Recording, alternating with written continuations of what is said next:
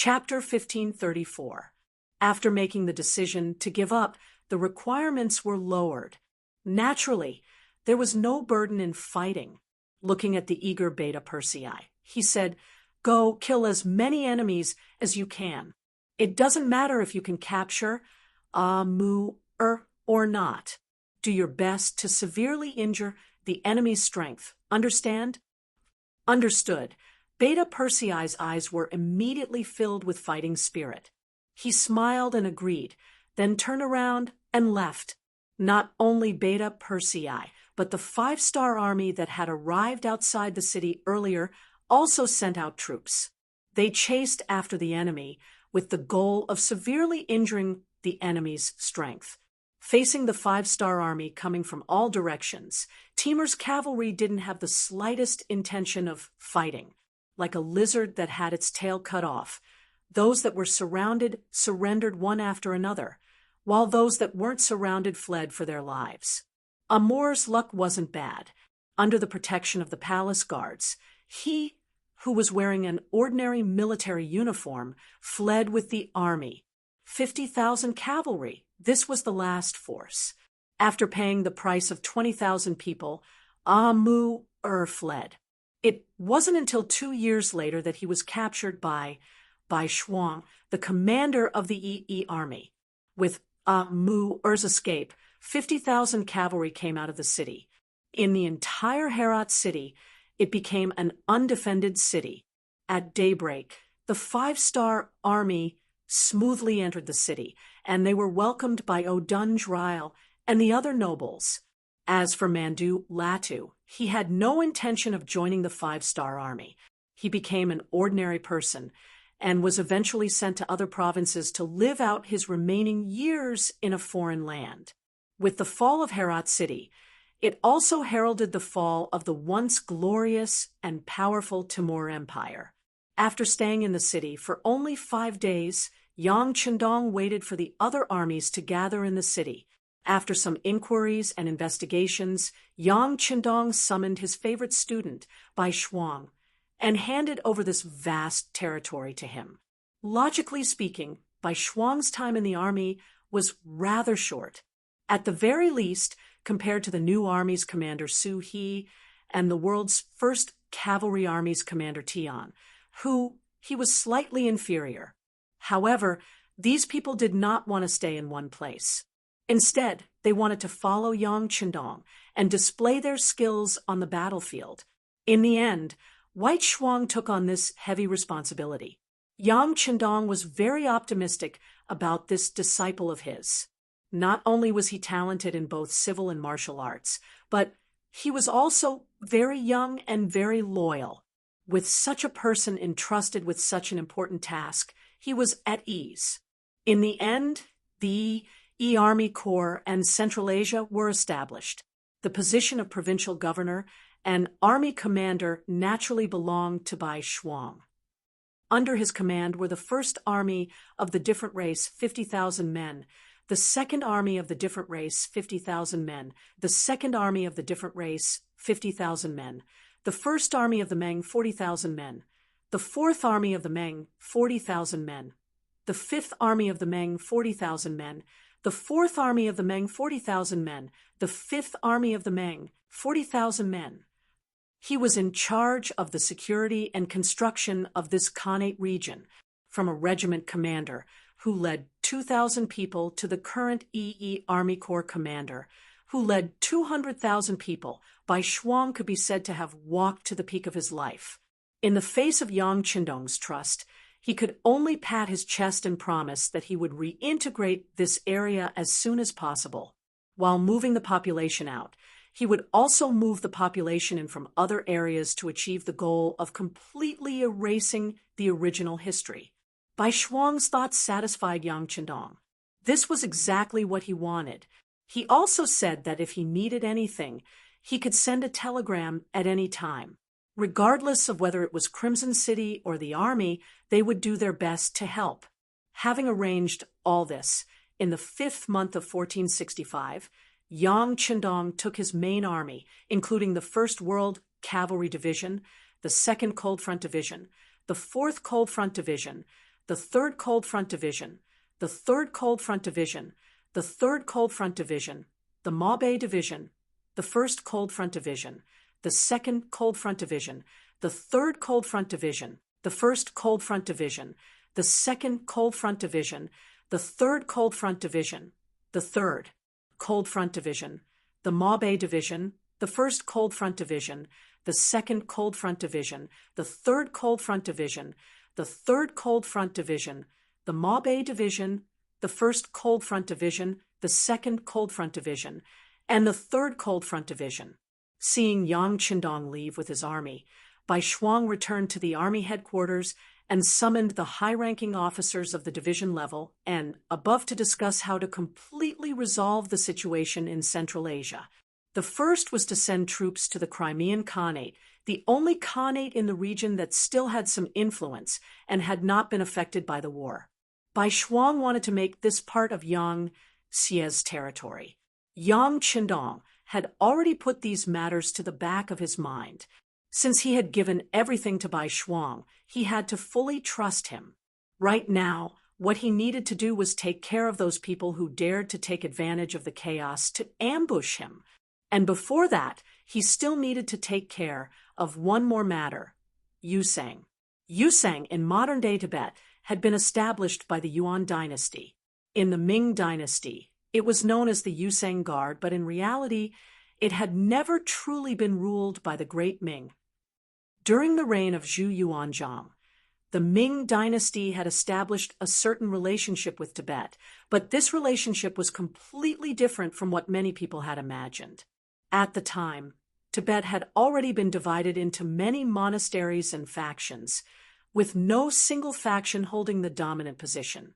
Although the historical records of the Ming dynasty claimed that Emperor Hongwu had established the Yusang Prefect, Duogan Prefect, and other military and political organizations in Tibet, in reality, this relationship could not even be considered a bond.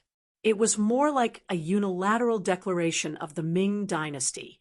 This was because the Tibetan leaders who acknowledged this relationship did not have the authority to govern Tibet, and they could not even be considered a mainstream faction. Thus, on the issue of territory, one could not just rule as they wished. At the very least, one had to consider the feelings and attitudes of others. If those who truly had the right to speak did not know or acknowledge the rule of others, what meaning was there in marking out a few administrative regions on the map? It was precisely this sort of place that, after the appearance of the little butterfly Yang Qindong, had completely broken off relations with the Great Ming. Not only that, it had even joined in with the other Khaganate factions to deal with Yang Qindong. Now that the matter with the Khaganates had been resolved, it was naturally time to look for trouble. As long as others did not offend him, he would punish them. How could Yang Qindong allow others to strike him and not retaliate? The new 5 armies had already received the order to deal with Yusang and liberate it, and they had already set off for that place. Now, all that was needed was for the main force of the army to gather them. Once Yusang was pacified, Yang Qindong would move against the Sudan and Bangla. He would not let go of any of these petty people who had set their sights on him. The new 5 armies. In the headquarters, Army Commander Shi Wanshan was currently listening to the report of his subordinate commander Ancient River from the 1st Cavalry Division. Ancient River gloomily said, "Military Commander, our division has advanced 200-some li, but we still haven't seen the main force of Yusang. Along the way, we've asked the locals, and according to what they said, their main force retreated half a month ago. As for where they went, no one knows." He had originally believed that by seizing the position of vanguard, he would be able to make a name for himself, but contrary to his expectations, he hadn't even seen a shadow of the enemy. This truly left him depressed. No one knows. A hint of concern appeared in Shi Wanshan's eyes when he heard this report, but he quickly turned to Infantry Division Commander Ning Wenfeng and asked, "What does Commander Ning think?" After defecting to the 5-star army, this iron triangle had finally reunited. Although there was a difference in their military positions, Shi Wanshan was still willing to listen to the opinions of these two brothers under his long-term habit. As the most intelligent of the three, Ning Wenfeng was the one who considered matters more thoroughly. When he heard Gu Heji's words earlier, he had already thought of some things. Now that he was being asked, he voiced out the doubts in his heart. Military commander, according to what Teacher Gu said, I think that these people didn't escape, but hid. They're like a venomous snake, hiding in a dark corner, ready to open its venomous fangs and bite us at any time. Give me the details. Ning Wenfeng's analysis coincided with his own, so Shi Wanshan asked with an encouraging look. Yes. After agreeing, Ning Wenfeng continued. The information sent by the intelligence department says that Yusang was divided into 3 parts. Front Tibet included modern-day Lhasa and the Shannon region. Rear Tibet included modern-day Kaze. And Ngari included the entire northern Tibetan plateau, modern-day Ngari, and part of the Naku region. These 3 parts are like the current Baiming of the south, none of them willing to submit to the other. But ever since that Yang Silu appeared, he actually borrowed soldiers from the Sudan to deal with the other 2 parts. Now that he's divided into 3 parts, he's unified, and he even dares to set his sights on our Yang Xia. And this sort of person is brimming with ambition. Even before the battle has begun, he's already retreating. This doesn't fit his personality. Not bad. Shi Wanshan nodded in praise. Continue. Military commander. This subordinate believes that they've only disappeared because they're waiting for an opportunity. Once the opportunity is ripe, they'll definitely jump out and take a bite. Thus, if we want to fight a decisive battle with them, we must first throw out bait. Ning Wenfeng immediately threw out his own point of view, and a plan to lure the enemy came out from his mouth. From Saker to the town of Rito, Shi Wanshan had followed Ning Wenfeng's instructions and thrown out bait several times, but he still hadn't seen any sign of the enemy. In the end, after traveling 800 li, the army was forced to stop in the vicinity of Sitazang. Altitude sickness had begun to appear in the army, and 30% of the soldiers had already lost the ability to fight due to the lack of oxygen. The rest of the soldiers also showed signs of loss of appetite. This was the frightening aspect of the Yusang region. Very few people who weren't natives of the region could endure this climate without experiencing any changes to their bodies. Looking at the soldiers in the army who were either vomiting incessantly, pale and unsightly, or listless and weak, Shi Wanshan, as the commander of the army, became anxious. Chapter 1535. What a pity! Seeing the 5 astral corps suddenly stop advancing, Dalian, who was hiding in the shadows, shook his head regretfully. Send someone to keep a close eye on them. As long as they dare to advance, find an opportunity to eat them up. As the assistant king and the lord of this land, although Dalian only had 10,000 soldiers, and 5,000 of them were newly assembled, he was still filled with confidence after seeing the performance of the 5-star army. Altitude sickness could instantly turn a strong man into a weak child. He was just waiting for the 5-star army to weaken so that he could strike with all his might. Unfortunately, the other parties seemed to have noticed something and stopped advancing. While he felt that it was a pity, he ordered his subordinate, Shaili, to keep a close eye on the other party and wait for an opportunity to appear. Speaking of which, Yusang's army was mainly made up of monks, and the outside world called them monk soldiers. Those who led the army were not called generals, but monks. Shaili was the monk that Assistant King Dalian valued the most, and he was in charge of the monk soldiers. Seeing the 5-star army suddenly stop advancing, Shaili was puzzled. Unlike the Assistant King's calm personality, Shaili wanted to take the initiative to attack and destroy the Han army. At the very least, he wanted to deal a heavy blow to the enemy and let the Han know the strength of the monk soldiers. Even though the new 5th Division had 40,000 soldiers, and he only had half of that number, Shaley was still fearless. In his view, a Han army that could not adapt to the climate was just a paper tiger, not something to be afraid of. After hesitating for a long time, Shaley made the decision to take the initiative. Make preparations. Tonight, we will try to launch an attack. Let's probe the situation of the 5-star army. At this moment, in the headquarters of the new 5th Division, Commander Shi Wanshan did not know that he had already become the prey in the eyes of some people. The reason he ordered the army to stop was not because he had noticed anything, but because of the altitude sickness. When he saw that the fighting strength of the army was constantly being depleted, he began to panic. In this state, how could they set a trap for the enemy? It was already difficult for them to even protect themselves. It was precisely because he sympathized with the soldiers below that they were able to escape a calamity. Otherwise, once they had entered the enemy's ambush, it would really be difficult to return. Within the military headquarters, Cavalry Division Commander Ning Wenfeng had a look of self-reflection on his face. "Commander, this is all my fault. I originally thought that by letting the 1st Cavalry Division take the lead and penetrate deep into the enemy's territory alone, the enemy would definitely find an opportunity to discover us. Then, we would be able to launch a counterattack and inflict heavy losses on them. But from the looks of it, these Tibetan soldiers are much calmer than we expected. On the contrary, our army has lost a lot of combat power due to altitude sickness." Seeing Ning Wenfeng lower his head and admit his mistake, Shi Wanshan shook his head and said, "Commander Ning, don't blame yourself. This matter has nothing to do with you. The altitude sickness is so strong that it completely exceeds our imagination. This is the reason why the soldiers are unable to adapt to the altitude sickness. As for the matter of luring the enemy, let's talk about it later.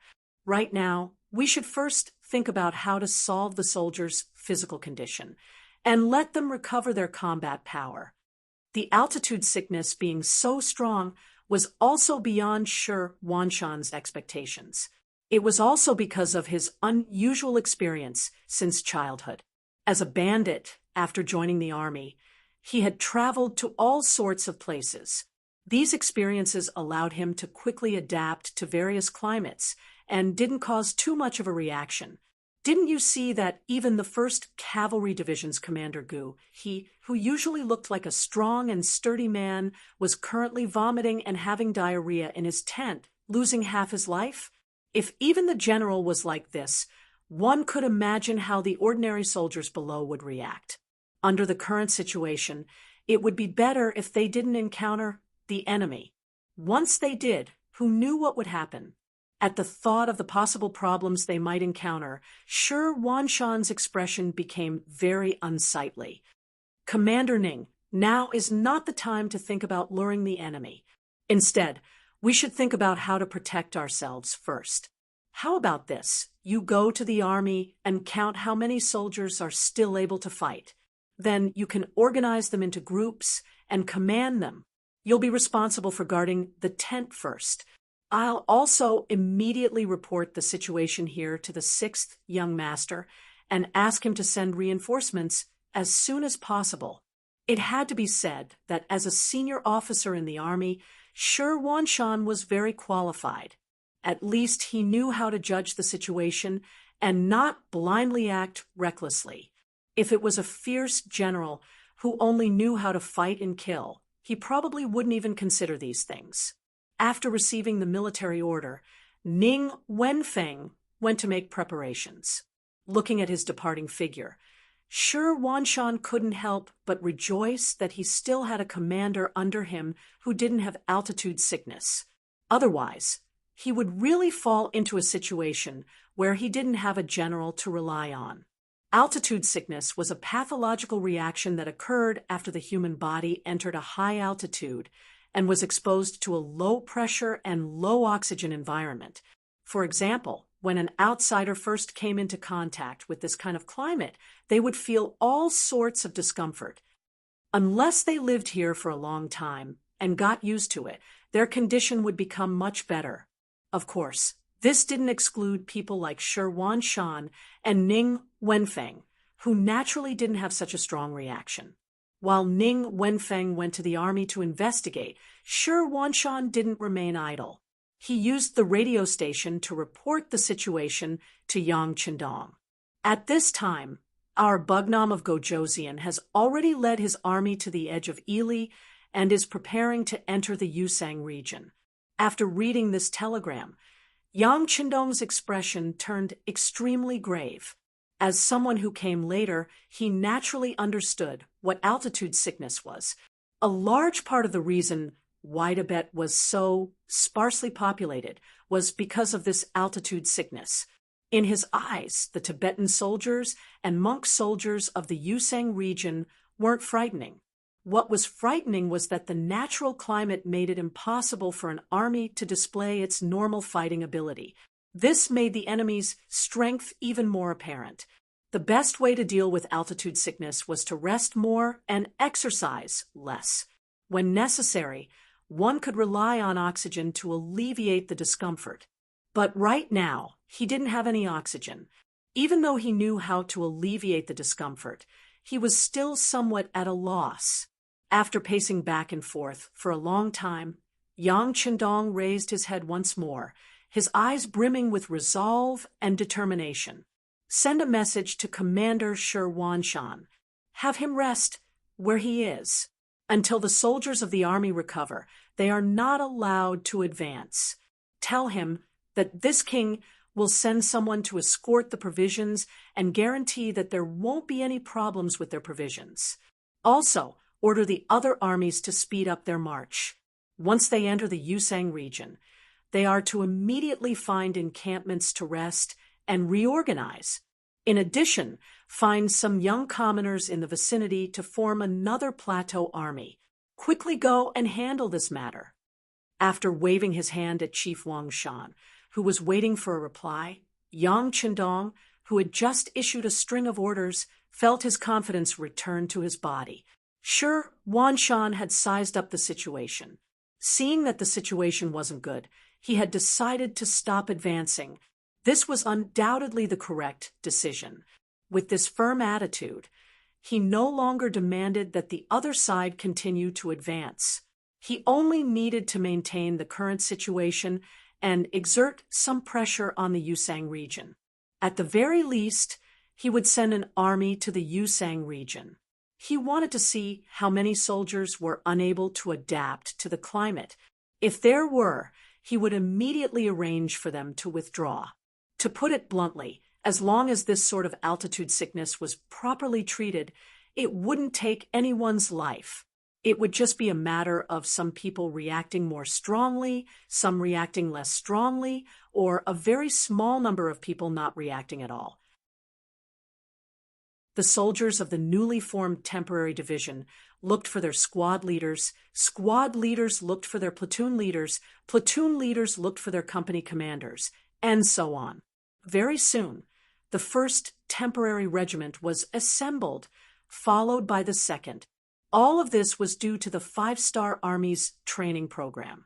One of the training programs, the emergency gathering at night, was very useful at this time. All right, the 1st and 2nd regiments will follow me and charge out. The other regimental commanders will follow after the formation. There's no need to wait for orders. Knowing that speed was the most important thing in war, Ning Wenfeng shouted and led 2 regiments, a total of 4,000 soldiers, to charge out of the tent. They didn't even try to defend and chose to attack as well. Although doing this would inevitably cause some losses, in order to not let the other party see through their true strength, Ning Wenfeng had no choice but to do this. The movement in the camp quickly woke up the sleeping commander, Shi Wanshan. When he heard from his subordinates that the enemy had come to attack the camp, he was shocked. He didn't think that the enemy would appear so quickly. It seemed that the other party had seen through the fact that the soldiers in the army had altitude sickness. Division Commander Ning sent out all the soldiers without altitude sickness at once. Isn't this too risky? A few division-level officers with ugly expressions and weak bodies walked out of their tents and came in front of Shi Wanshan. However, at the same time, there were people who raised different opinions. They believed that for the safety of the camp, they should at least arrange for some people to stay behind. No, Shi Wanshan shook his head and said without any doubt, Commander Ning's method is correct. In order to not let the enemy see through our true strength, the safest method is to go all out in one battle. As for the safety of the camp, with me here, there won't be any problems. After saying this, Shi Wanshan took a 3-meter-long broadsword from a guard and held it in his hand. Then, he stood in front of the camp like a door god. It was as if he was a man who could stop 10,000 enemies. Men, bring this division master's spear over as well. Seeing this scene, the commander of the 1st Cavalry Division, Ancient River, propped up his sickly body and said to the guards beside him, with Shi Wanshan taking the lead, the commander of the 1st Cavalry Division, Ancient River, the commander of the 2nd Cavalry Division, Li Yu, and the commander of the 3rd Cavalry Division, Meng Chao, all picked up their weapons and stood in front of the camp. Although some of them were still extremely weak, they would still pick up their weapons and fight to the death if an enemy came to kill them at this time. This kind of stance of wanting to fight to the death influenced more people. Gradually, more and more officers came out of their tents after hearing the news. Finally, many soldiers also walked out of their tents with their sickly bodies, looking as if they were facing death with equanimity. As for Ning Wenfeng, he led 15,000 warriors and rushed out of the tent one after another, fighting with the monk soldiers who were coming at them. In the darkness, Monk Sha Li also couldn't see how many soldiers came from the 5-star army, so he didn't retreat immediately. Instead, he ordered the army to meet them head-on. Since this was a test, how could they know the strength of the other party without fighting? But when he made his move, Monk Sha Li still had an idea. He arranged for people to take a detour to the 5-star army's camp to see what was going on there. He had a feeling that the other party had sent out all the soldiers they could. If this was really the case, the 5-star army's camp would definitely be quiet, and he would have achieved the result of probing the other party's strength. Ning Wenfeng, who led the army to charge, was overjoyed when he saw that the monk soldiers didn't retreat after seeing him and instead charged towards him. What he was most worried about was that the other party would retreat. If that was the case, he didn't dare to guarantee that it was the right decision to send people to chase after them. Most importantly, he was worried that under such intense movement, the soldiers' bodies wouldn't be able to withstand it. Would there be a lack of oxygen? If the other party really retreated, he would be in a dilemma. Now that the enemy wasn't retreating, it gave him a good opportunity to annihilate them. In order to show the strength of the 5-star army, he had to grab this opportunity. Come on, let's outflank them. We can't let the enemy escape. Ning Wenfeng laughed heartily as he ordered the 5-star army behind him to surround the monk soldiers. Relying on their advantage in numbers, they quickly surrounded the monk soldiers. Sha Li was careful and didn't charge forward with all 4,000 soldiers. Instead, he left behind 1,000 veterans, so that if there was a chance, he would kill his way into the 5-star army's camp and wreak havoc. And it was this action that saved his life. When he saw that the number of 5-star soldiers was increasing in the darkness, and they had already outnumbered them by 4 to 5 times, his expression became extremely ugly. Why are there so many 5-star army soldiers unharmed? Are they not afraid of altitude sickness? Or did they send out all the people they can? Or is this a trap to lure me into sending out troops? Sha Li was filled with doubts. He decided to send out scouts to report back to the 5-star army's camp before making a decision. During this time, he could only watch as the 3,000 soldiers he sent out were surrounded and slaughtered by the Five-Star Army. The Five-Star Army's numbers were too many. It was so many that even if Shah Li brought out 1,000 Tibetan soldiers, monk soldiers, they wouldn't be able to solve the problem. He could only hope that the Five-Star Army's camp would be empty. After a huge battle, the Five-Star Army soldiers could be said to have killed to their heart's content. Out of the 3,000 Tibetan soldiers that were surrounded, 2,000 of them were new soldiers. They had never seen such a battle formation before. Being surrounded by so many people already made their hearts flustered. The enemy's numbers were also several times their own. When they fought, there would be several weapons aimed at them at the same time. It was truly impossible to guard against. The battle ended without any suspense. In just an hour, the 3,000 Tibetan soldiers were completely wiped out. During this time, under the command of Division Commander Ning Wenfeng, they didn't even take a single enemy captive. In a situation where their own strength was somewhat weak, keeping captives would only attract unnecessary trouble. Shah Li had already retreated halfway through the battle. The scouts he sent out had already sent back news. Outside the camp of the Five-Star Army, the scouts saw countless soldiers of the Five-Star Army standing there in a line. It was a huge crowd, and there was no end to it. This discovery frightened the scout, and he hurriedly reported back. When Shah Li heard the news, he was also shocked. He immediately turned around and left without caring about the soldiers that were being killed. This time, the probing ended in a huge defeat. After Ning Wenfeng won this battle, he ordered the soldiers to chop off the heads of the Tibetan soldiers. He wanted to build a capital to intimidate the enemy. When he finished cleaning up the battlefield and returned to the camp, he saw Division Commander Shi Wanshan leading a group of people to guard the entrance of the camp. The smart Ning Wenfeng quickly understood what had happened.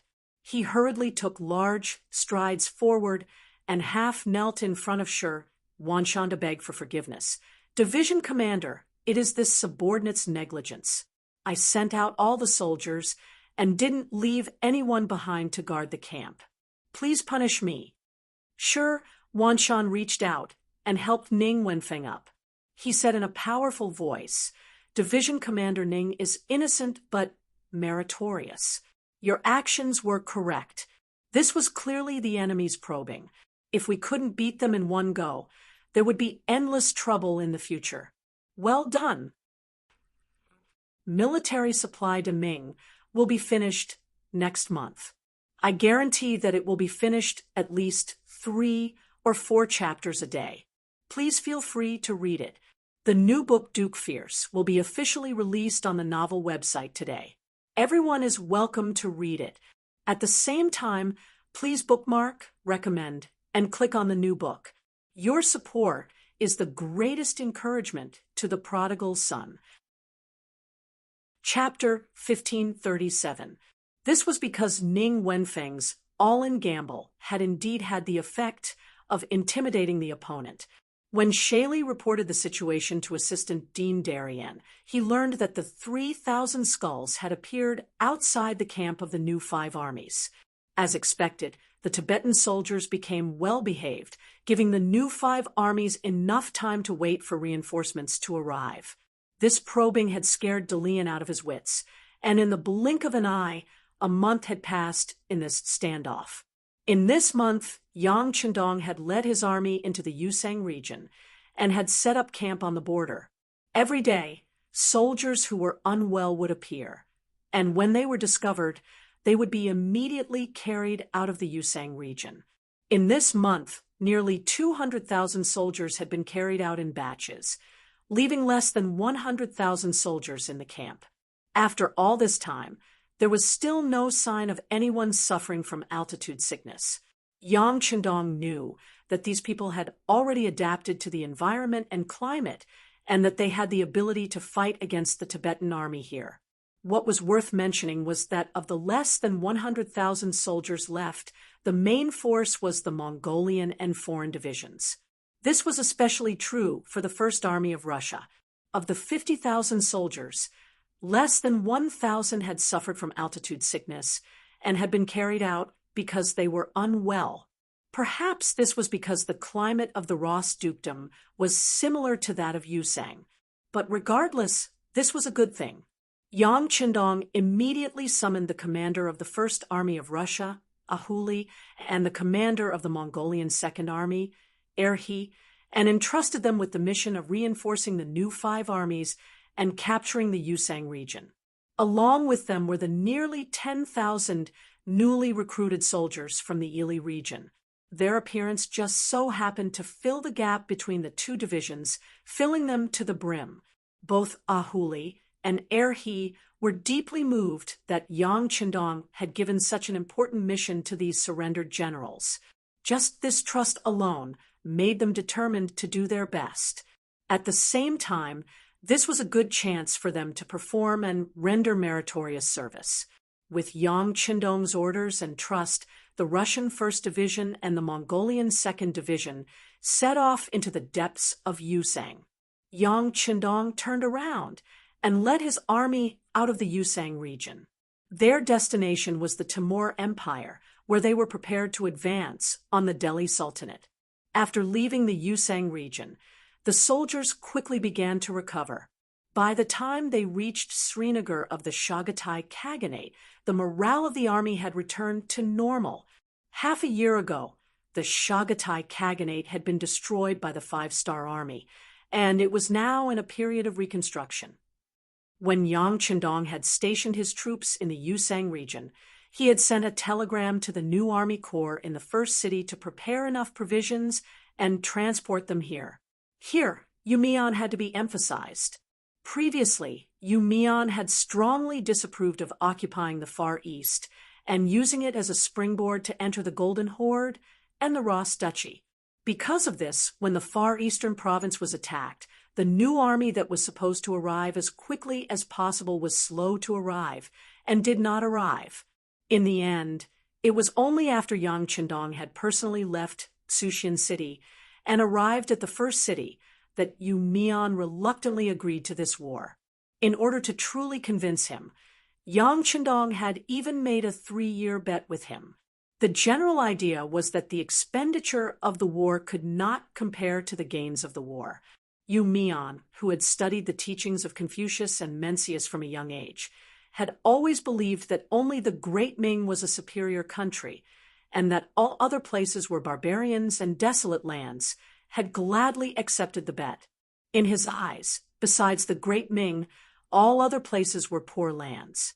Even if they occupied those places and won the war, their gains would be limited. Otherwise, there would be no such thing as a militaristic war. However, the outcome of the war was so unexpected that even Yang Qindong himself did not expect that after destroying the Golden Horde and the Ross Duchy, the gains would be as much as 500 to 600 million silver taels. When he received this news, Yumian knew that he had lost and was sincerely convinced of his loss. Whenever Yang Qindong wanted to expand his territory, he would raise both hands in agreement. This time, after receiving Yang Qindong's order, Yumian, Tiger's Mane, and Yang Si made sufficient preparations. Other than leaving behind the necessary rations in the first city, the rest of the people were transported to Srinagar city to prove their determination to support this war. Not only that, they also sent a report to ask for instructions. If necessary, the new regiment could also send troops to participate.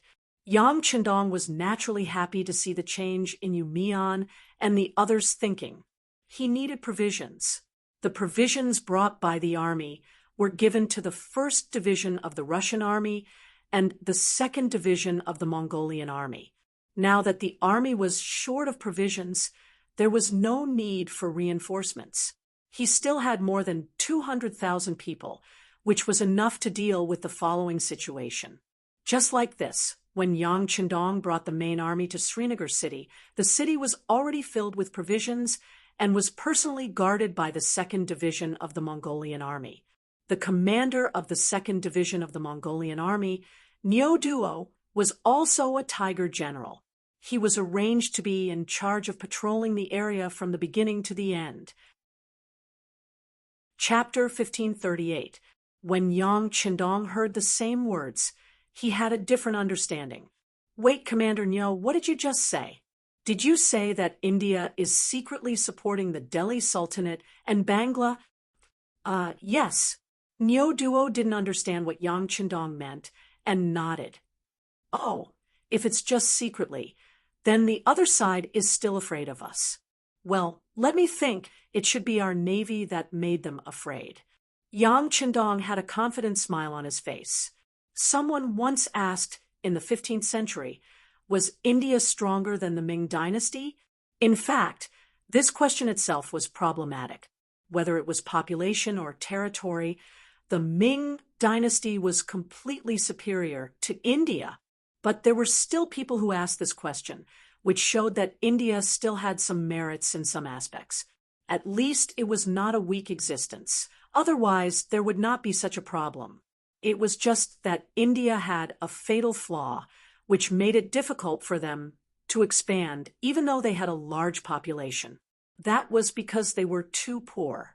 The size of their territory was too small compared to the population of tens of millions, and India had not developed naval forces. Although there were already fishing boats in the sea, they were far inferior in terms of scale, size, and function. Without enough naval forces, they could only rely on land. It was no wonder that they were poor. They were poor and unable to expand, which was also the root of their weakness. This was also the main reason why the Five-Star Army's navy could easily take down some coastal towns in the south, and they did not dare to fight back. As Niu Duo said, they could not do anything to the Five-Star Army's navy at sea, but with more than 500,000 soldiers, they could compete with the Five-Star Army on land. It was just that India was not sure of winning, so they first instigated the Delhi Sultanate to test the strength of the Five-Star Army. But did they not know the horror of the Five-Star Army's army? Being able to destroy the Golden Horde and the Timur Empire was enough to explain everything. Originally, Yang Qindong wanted to deal with the Delhi Sultanate and Bangla this time to solve the siege of Myanmar. It seemed that he would have to take them down as well. As the largest country in the South Asian subcontinent, once it became one of Yang Xie's territories, the situation in Asia would completely change. After thinking that after taking down India, the whole of Asia would be included in Yang Xie's territory. Yang Qindong's eyes flashed with a glimmer of light. Niu Duo saw all of this and felt that his chance had come. He immediately knelt down and said, "Sixth young master, Niu Duo requests to fight on behalf of your army." "All right, I got it. You'll be in charge of the food. Supply first." Yang Qindong looked at Niu Duo and nodded, indicating that he understood this matter. Yang Qindong agreed. Regardless of whether or not Yang Qindong's army would participate in the war, they would still be rewarded after winning the war. Satisfied, Niu Duo retreated.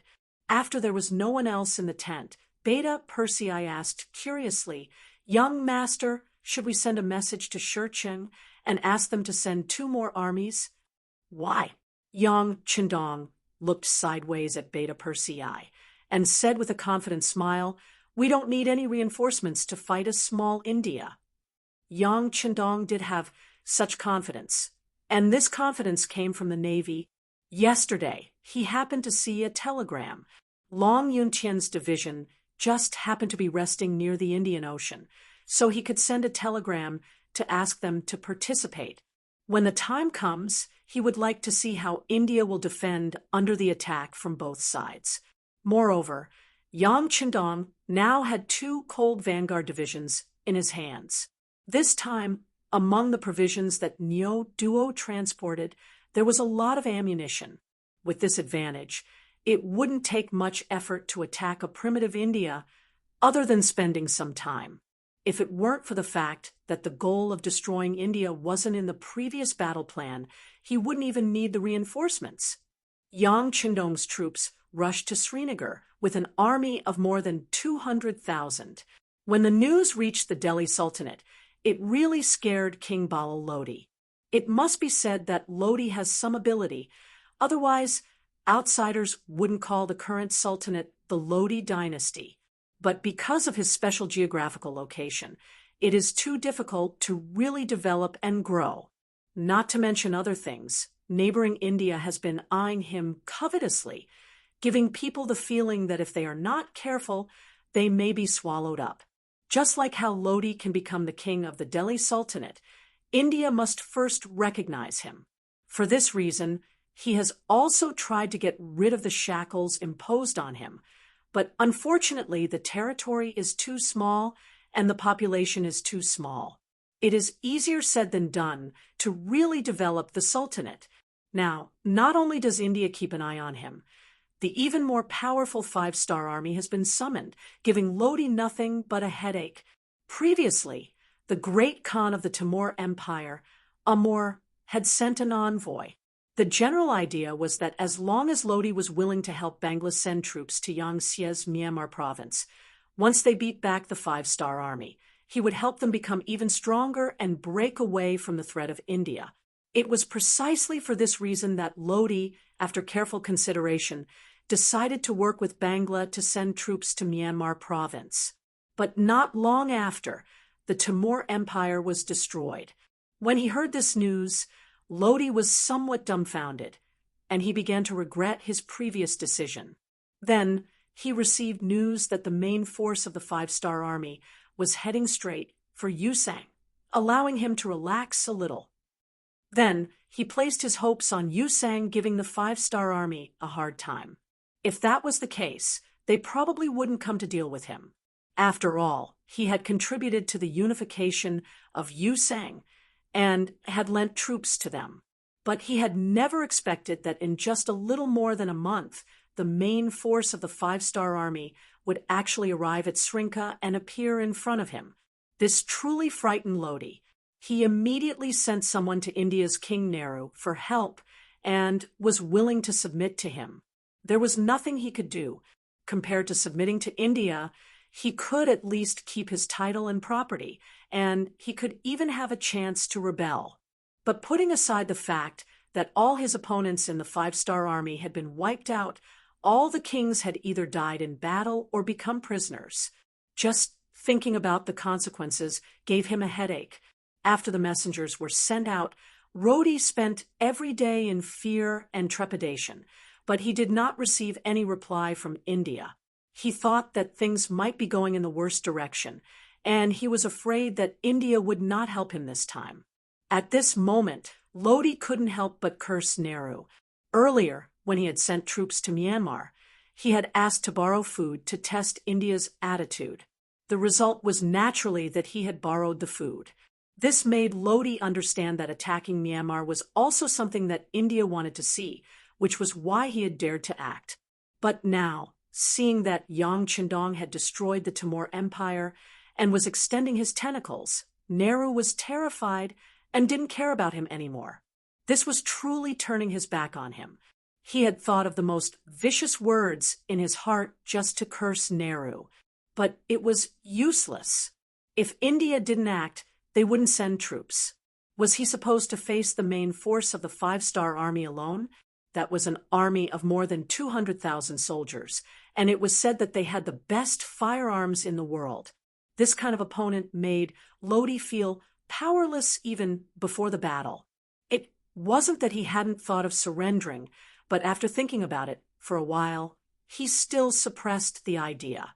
There were some things that one wouldn't be willing to give up before trying them out. He still had a glimmer of hope in his heart.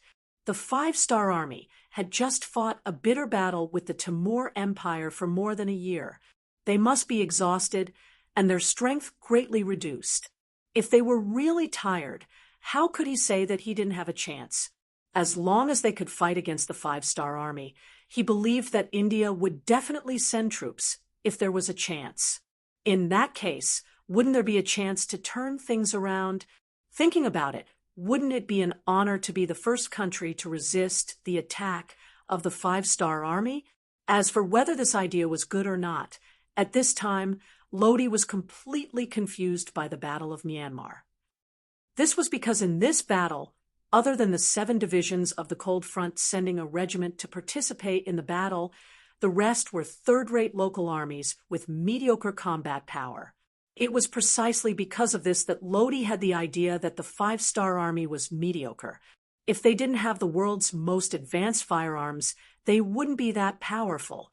With the intention of competing with the 5-star army, Lodi ordered General Singhal to take 60,000 soldiers and camp in Lahore, west of Delhi, to stop the 5-star army from entering the hinterland of the Sudan. Then, he sent someone to India to inform them of his military plans. He also sent someone to Bangla to ask for reinforcements. Even if he couldn't send reinforcements, he wanted to see if he could transfer back the 20,000 troops he had sent to Burma. It was just a small sultanate, so having 100,000 soldiers was actually not a small number. Previously, he had sent 20,000 soldiers to Myanmar with the Banglo army, so there were only 80,000 soldiers left in the country.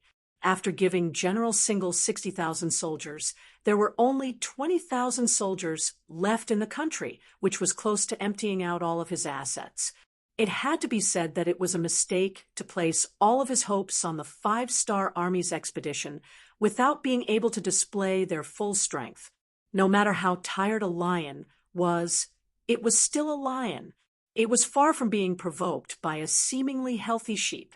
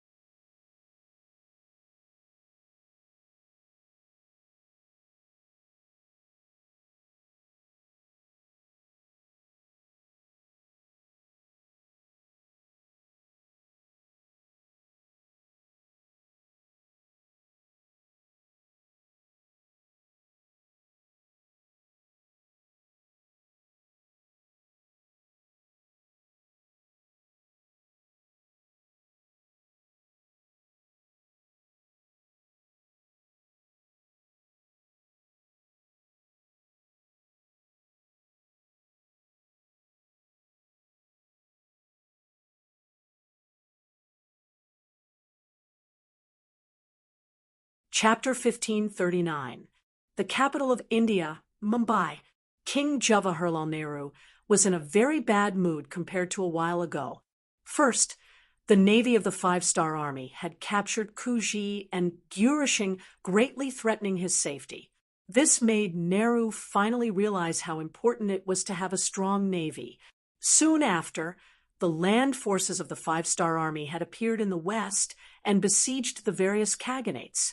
The impulsive Nehru had even been prepared to send out his troops when the 5-star army fought with the khaganates. In his view, if the navy could not compare to the 5-star army, how could he not win on land? But in the end, reason prevailed over impulse. Before the situation became clear, he wanted to continue waiting and watching. And it was this wait and watch that caused a heaven-shaking change in the war situation. In the span of a few months, the Turi king had surrendered and the Kazakh Khaganate Kagan had been captured. At the beginning of spring, the Timur Empire was struck by internal strife. The great Khan of Amur had broken out of the encirclement and fled, and no one knew where he had gone. Only now did Nehru realize the severity of the situation. But it was already too late for him to send out his troops. Fortunately, he soon learned that the main force of the 5-star army had not come to his side, but to the Yusang cavalry. This allowed him to breathe a sigh of relief.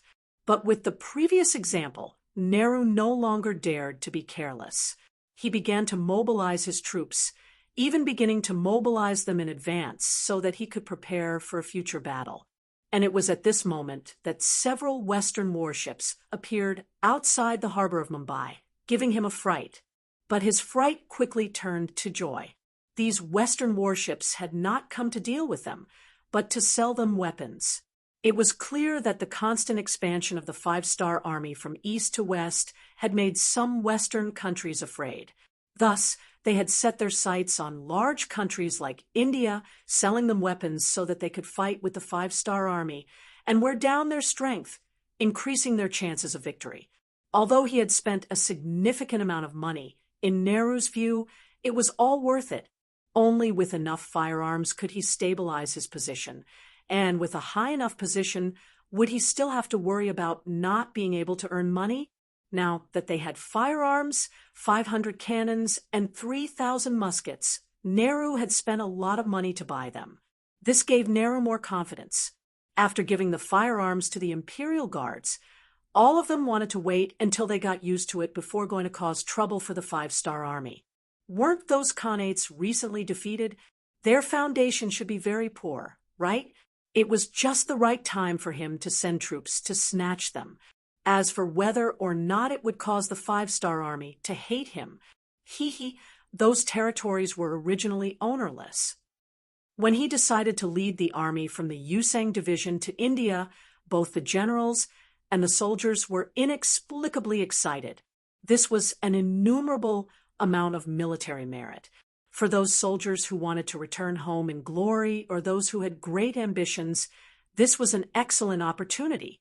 They were used to hardship, and now that they had finally found a way to make a fortune, how could they be so easily at ease? Yes, military merit was a shortcut to promotion in the eyes of many soldiers, and it was also a way to make a fortune. In the eyes of these people, not having a war to fight was the most frightening thing. How could they possibly be tired of fighting? After Yang Qindong realized that he had made an error in judgment, he actually became happy. Since this was the case, he had to follow this fighting spirit and do even more things, such as destroying India. This country where the majority of the population lived on Earth wasn't as prosperous as it used to be. According to the intelligence reports, 80% of the people had yet to solve the problem of food and clothing, creating enough conditions for them to take down India. They were not invading, but liberating the toiling masses. With this thought in mind, Yang Qindong had no misgivings when he set out. From Srinagar to the south, his first target was the Siur city of the Delhi Sultanate. As a border city, the Delhi Sultanate hadn't garrisoned many soldiers here. This was probably because their neighbor, the Chagatai Khaganate, was also extremely weak and would never dare to start a war. Without a large garrison, the city was naturally very small and couldn't stop the 200,000-some soldiers of the five-star army's main force. Seeing this, the commanding general, Singhal, decided to give up on this border city. Instead, he gathered his army of 60,000 and retreated to Lahore, putting on the appearance that he was going to fight to the death here. Although it was called a fight to the death, it was actually just Singhal defending. Lahore, which was near the city walls, was considered sturdy and tall. Singhal wanted to become a nail here and block the advance of the five-star army, thus keeping them out of the country. As time passed, if the enemy couldn't take down the city, they would have to face an extremely long logistical supply line. Then they would feel that the gains didn't make up for the losses and would have the possibility of retreating. It was unknown if Singhal was too arrogant or if they had underestimated the five-star army. When the news reached Yang Qindong, who had already taken over Siur city without shedding a single drop of blood, he immediately asked the intelligence personnel who were familiar with the terrain to set up a sand table. When he saw a road to the west of Lahore, his eyes lit up and he asked, "What's going on with this road? Where does it lead to?" Reporting to the sixth young master, "This road belongs to India." Chapter 1540. At this moment, Lahore City was on standby. The scouts at the front had already sent back news that there were close to 100,000 five-star army cavalrymen rapidly approaching them. Thinking that the five-star army was about to launch an attack, General Sinclair ordered the soldiers to close the city gates. At the same time, he ordered the soldiers to climb up the city tower and prepare for a battle. Sinclair was indeed the general of the Delhi Sultanate. He was cautious and never underestimated his opponents. He had prepared 20,000 archers on the city walls in order to deal a blow to the five-star army that dared to attack the city. In order to achieve the goal of being able to gather all of his forces, he did not arrange for a single soldier to be stationed outside the city. He had completely shrunk all of his forces into a fist that was waiting to be punched out. He was only waiting for the right opportunity to display its might. Sinclair, who was fully prepared, stood on the city tower and watched the five-star army cavalrymen slowly approach the city. Are they all cavalrymen? This shouldn't be the case. Cavalrymen don't have any advantage when attacking a city. Sinclair was confused. He could not figure out what the five-star army was trying to do. Of course, if they really used cavalrymen to attack the city, he would laugh at them. A five-star army that did not know how to use troops was not worthy of his attention. Just as Shingle relaxed and waited for the five-star corps' next move, the five-star corps' cavalry got closer and closer. Then, when they were 4 miles away from the city, they suddenly changed directions and rushed out from the road beside the city. Then, they dashed around the city walls and dashed past the city walls. Sinclair could not understand what was going on at all. Could it be that they want to besiege the city? But from the looks of it, they don't seem to have any intention of stopping. Could it be? Sinclair's eyes widened when he thought of the terrifying outcome. Could it be that the enemy's target was not him, but India? It seemed that this was the only way. Things had developed in such a way which greatly exceeded Sinsel's expectations and shocked him. That was India. Not only did it have a large territory, but it also had a population of nearly 10 million people. Such a large country had always been like a huge rock pressing down on the Delhi Sultanate's head, making it difficult for them to breathe. However, in the eyes of the five-star army, they didn't seem to care at all. It had to be said that in terms of boldness, they were far inferior. At this moment, he couldn't help but be pleasantly surprised. Previously, they had asked for help from India, saying that the five-star army that could destroy the Khaganate must be very powerful. With their own strength, they would not be able to stop it no matter what. Since they were all neighbors, they must support them. The Hindustani kingdom did not give any official answer, as if they did not receive the letter. It was said that their King Lodi even smashed his favorite Chinese porcelain to pieces because of it. Now that the five-star army had directly chosen India as their opponent, they had no choice but to send troops, thinking that once India sent troops, it would greatly relieve the pressure on his side. How could Sinsel not be happy? Go, go. It's best if both sides suffer. Maybe the opportunity for our country to rise will appear. Sinsel thought so to himself. Other than arranging for someone to report this news to the royal capital, Delhi, he did not make any military movements. Previously, in order to protect Lahore City, he had withdrawn all his troops into the city. How could he have the troops to fight outside the city now? Besides, the cavalry of the five-star army was so fast that it was far from something he could catch up with. What if this was a trap set by the enemy, and they were waiting for him to send troops out? If that happened, wouldn't he fall into a trap? The careless Sinsel would not make such a mistake. What he had to do was to defend. As long as he defended Lahore City, it would be equivalent to blocking the five-star army's journey to the east towards Delhi.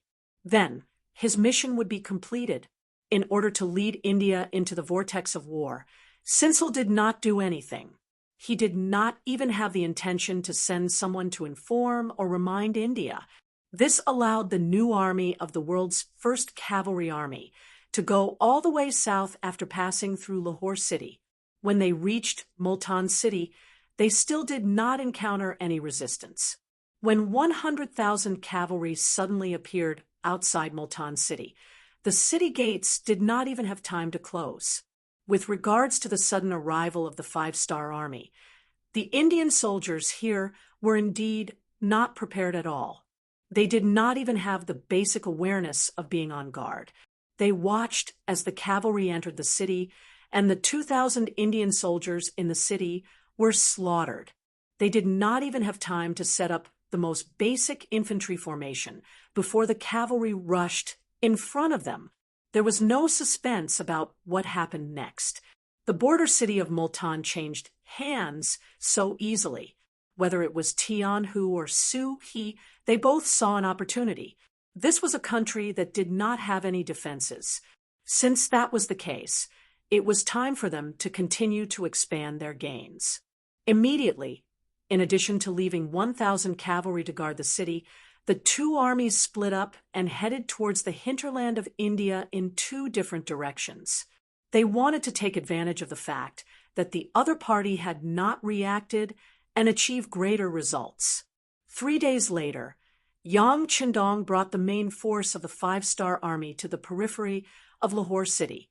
This time, they did not have the intention to take a detour. If they did not take down Lahore city, it was equivalent to handing over their rear to the enemy. In the future, the supply route might be disturbed or even controlled by the enemy. This was something that Yang Qindong absolutely could not tolerate. 6th Young Master, 2nd Division requests for battle. 6th Young Master, 4th Division requests for battle. The two commanders of the Cold Front, Xiao Feng and Ling Daqiang, saw that the enemy was right in front of them and were still curled up in the city. They felt that their opportunity to show off had come. How could they let go of this opportunity? Save the cannonballs if you can. It is not easy to transport them from so far away. How about this? Let the Air Force do it. Yang Qindong chuckled. His gaze did not fall on the two commanders. Instead, he turned to look at the commander of the Air Force, Tianyu. Compared to the cannonballs of the field artillery, the cost of the Air Force's petrol bombs was lower. After receiving the order, the commander of the Tianyu army was also excited. He stood at attention and promised, 6th Young Master, please rest assured. The Air Force will complete the mission. Aha, Yang Qindong nodded. Even the Golden Horde king of the Golden Horde could be destroyed if he wanted. It was just a small city like Lahore. He was full of confidence in the Air Force. After giving Tianyu a look of trust, Yang Qindong's gaze fell on the two commanders of the Cold Front. You two should also go and prepare. It will not be long before the enemy breaks through. That will be the time for you to show off your power. Remember, capture them alive if you can. We do not have enough manpower right now. Yes, Xiao Feng and Ling Daqiang did not show any disappointment. Capturing captives had always been their strength. As for not being able to get the credit, it could not be helped. After all, the Air Force could fly in the sky. After the five-star army arrived, they began to make preparations. But because it was already late, and considering the problem of the hot air balloon taking off and being surrounded on all sides, they had to rest for the night. On the city tower of Lahore, Shingle looked bitterly at the five-star army's encampment that stretched for more than 10 miles outside the city. They finally came, and as soon as they arrived, they surrounded the city and put on a determined look. Did they not know that Lahore would not be easy to attack under his long-term preparations? Weren't they worried that if they stayed here for too long, once the Indian army reacted, not only would the 100,000 cavalrymen be chased out, but the more than 100,000 five-star soldiers outside the city might also be chased out? Forget it. Since you must attack the city, let's see who has more means. Shingle shook his head and walked down the tower. At this moment, he did not have much worry in his heart. In his view, although the five-star army had more people than him, they did not have enough of an advantage. Under his early preparations, it was really impossible for these people to attack the city. Thinking of the bows, arrows, kerosene, sleepers, boulders, and other things that he had prepared in the city, he was relieved. That night, Shingle had a good sleep. In his dream, he saw the five-star army failing to attack the city. In the end, the Indian army finally reacted and chased the five-star army away. In the end, the dream was still a dream. At dawn, the guards woke him up. After breakfast, Shingle walked up the tower in his general's armor. He knew very well that the five-star army would definitely launch a siege today, but he did not know if it was mainly to test the waters or if they would really attack fiercely.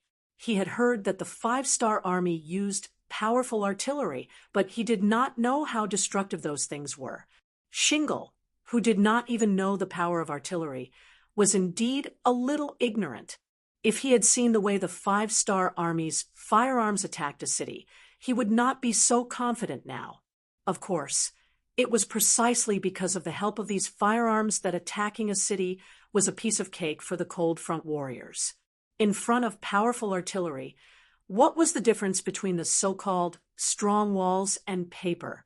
The weather was good and very suitable for flying. In the morning, Division Commander Sun Lixing commanded a total of 50 hot air balloons to rise into the sky. He also personally boarded a hot air balloon and commanded the battle from the sky. The territory of Lahore was not very large. There were only 60,000 soldiers and less than 100,000 civilians. It was not worth using too many hot air balloons. These 50 hot air balloons were enough. Military supply to Ming will be finished next month. I guarantee that it will be finished at least 3 to 4 chapters a day. Please read it without worry. The new book, Duke Fierce, will be officially published on the novel website today. You are welcome to read it. At the same time, please bookmark, recommend, and click the new book. Your support is the greatest encouragement to the prodigal son. Chapter 1541. At 9 o'clock in the morning, the hot air balloons began to take off. One after another, the bombers filled with black oil began to move in the direction of Lahore.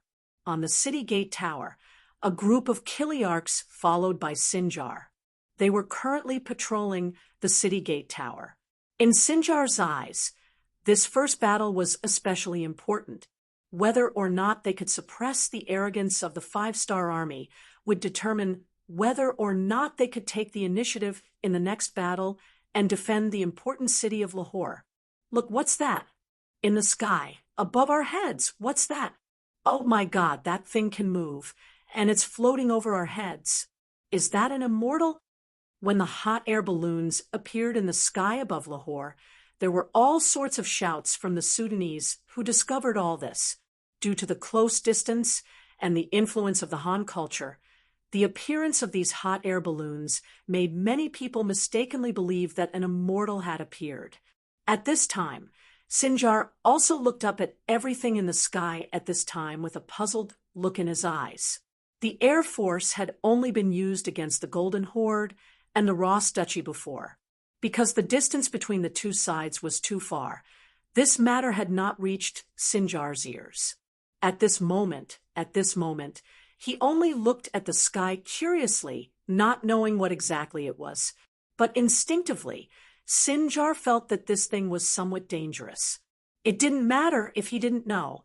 Division Commander Sun Lixing would soon let them know the power of this thing. When most of the hot air balloons reached the designated position, the flag bearer beside him put down the red flag in his hand, indicating that they could freely attack. The Air Force soldiers, who had been impatient for a long time, immediately threw wooden barrels from the hot air balloons onto the ground one after another. At this time, looking from the ground at this time, it really looked like the bombers of the future dropping bombs. After the wooden barrels were thrown down from the sky, lit matches were also thrown down from the sky one after another. In the face of all this, the Sudanese in the city still looked at all this with puzzlement. In their eyes, the lethality of the wooden barrels was extremely limited. They were too small in size and had low damage. They were even more threatening than the primitive catapults. Of course, this perception would soon be overturned. When the wooden barrel fell to the ground, a large amount of black liquid flowed out. When the fire starter fell to the ground, both sides quickly fused together to form huge balls of flames. That kind of scorching feeling, that kind of destructive power began to be astonishingly revealed. The black oil that could not be extinguished with water grew bigger and bigger, incinerating everything it came into contact with. However, when the same formation was placed in front of the experienced soldiers of the Cold Vanguard, it was like a child's play. They did not forget that the 6th young master led 2,000 black cavalry soldiers and defeated 100,000 Ming Liaodong heavy cavalry soldiers. That was what the Cold Vanguard soldiers should have done. After that incident, many people were envious of them.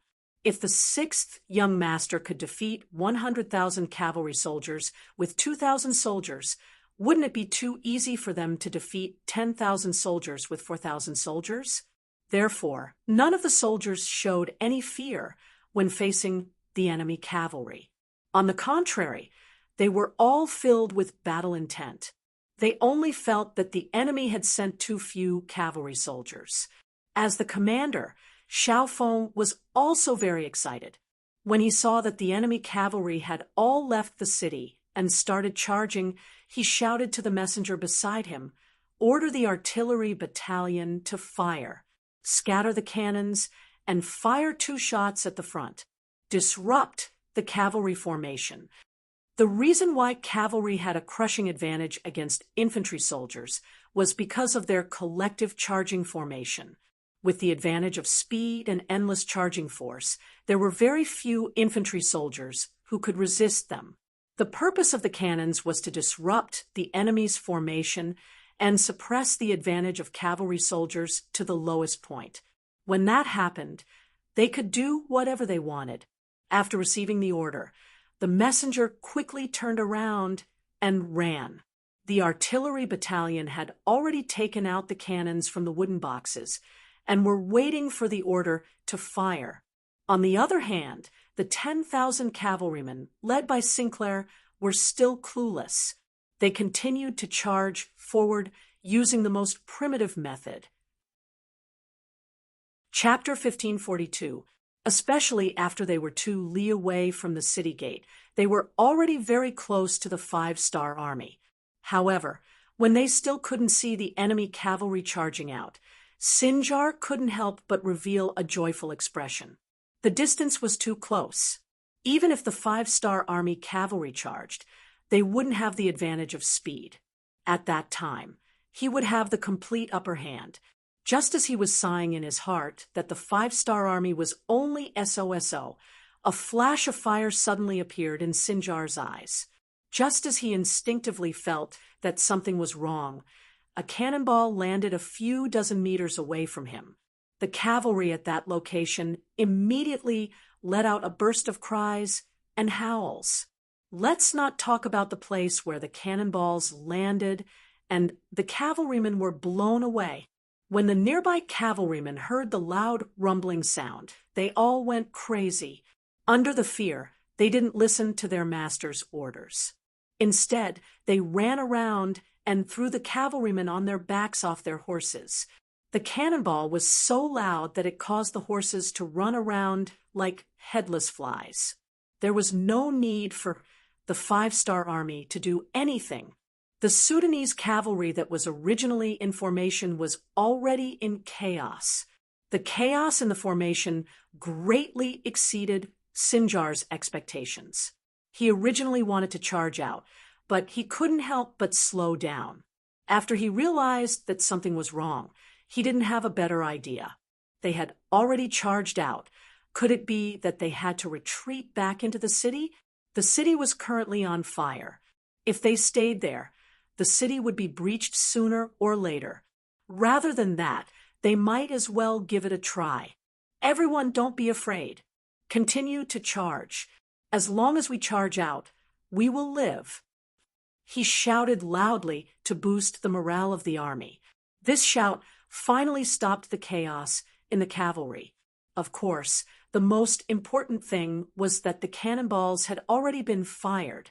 After the cannonballs stopped, the cavalry seemed to have regained their spirit. When they saw that the 5-star army was less than 2 li away from them, in order to survive, they mustered up their courage and ran forward with all their might. Don't be in a hurry. Fire after 300 meters.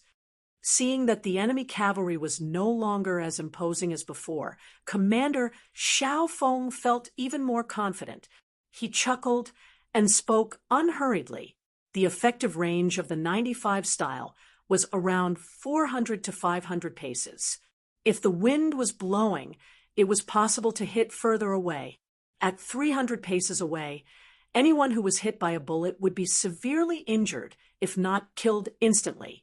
The 2 regiments of Cold Vanguard were not in a hurry, but the Sudanese cavalry were excited. They thought that the 5-star army was at their wits' end, and they charged forward bravely with the desire to live. Quick, there are less than 500 steps left. Victory is right in front of us. Ha ha ha. Protected by his bodyguards, Single, who was riding on his horse, returned to his usual self of strategizing. His experience on the battlefield told him that at such a close distance, even the 5-star army's cavalry would be restrained by him. He could almost see victory waving at him. 450 steps, 400 steps, 350 steps, 300 steps. Fire! When they were 300 paces away, Commander Xiao Feng's voice thundered.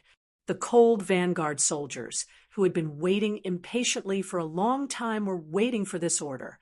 The light and heavy machine guns, coupled with the 95-style rapid fire, rained down on the Sudanese cavalry, causing them to fall to the ground one after another. Under the dense barrage of bullets, no one could break through this layer of obstruction and take a step forward. When the bullets hit a person or a horse, the Sudanese cavalry fully understood the principle of courting death by charging forward bravely. Unfortunately, it was courting death. Whoever charged faster would die faster. Under the indiscriminate barrage of bullets, no cavalry could charge within 250 paces, let alone injure the enemy. Seeing batch after batch, at least half of the cavalry died in the charge, the remaining Sudanese cavalry finally had a drastic change in expression. Without waiting for orders, they turned around and fled. In the face of this blockade of death, no one would be able to remain calm. Single's luck was not bad, perhaps because he did not charge at the front, but he survived. However, there were times when being alive was far more unbearable than being dead. Just like the current hymn, seeing the cavalry under his command fall down wave after wave as if they were cut chives, and then no one was able to stand up again, he was truly scared silly. He had seen the power of firearms before, but they were usually limited to short range, and reloading was very troublesome. Facing the charge of the cavalry, they could only launch one wave of attacks. Needless to say, the accuracy of the attacks was even worse. For the elite cavalry, the lethality of the attacks was very limited. Although they couldn't be ignored, the attacks wouldn't affect the cavalry's charge. They would only cause a certain amount of damage to the formation of the infantry. Unlike the firearms in the hands of the 5-star army, they were really good at reaping lives. The bullets seemed to be endless. The faster the cavalry charged, the more they died. This was an undefeatable enemy. Single finally understood why the Khanate alliance, which had a total of 1 million men, was defeated by the 5-star army, which only had a few 100,000 men. The more he thought about it, the more afraid he became. This nightmare was finally his turn. How could he defeat such an opponent? It seemed like the only choice was to escape. Sinkle was terrified. He led his cavalry of less than 5,000 and turned to flee. They wanted to get out of the firing range of the muskets. As for where to go next, they would not wait for death here. It's finally our turn, right? Charge! The commander of the Mabe division, Xian Honghai, had been waiting for a long time. Seeing the enemy cavalry start to flee, about to escape the firing range of the guns, he laughed and led the cavalry of the Mabe division to charge. Along with them were 10,000 cavalry from Ming 3 Division. Although their division commander Chiwen was not in the direction of the south gate, the leading general still shouted and charged after Mobe division. This scene was seen by Beta Persei from afar. At this time, there were 1,000 fully armed black cavalry behind him. Fuck, who ordered them to charge? Hurry, hurry, or we won't even get to drink soup. Beta Persei was anxious. He rushed over as soon as he heard the enemy cavalry rushing out from the south gate, but it seemed like he was still one step too late. Charge! There were firearms waiting to reap his life. Run! There were countless 5-star army chasing after him, also waiting to reap his life. Seeing that he would die no matter what, Single, who didn't want to die, rolled his eyes and made a very unmanly decision.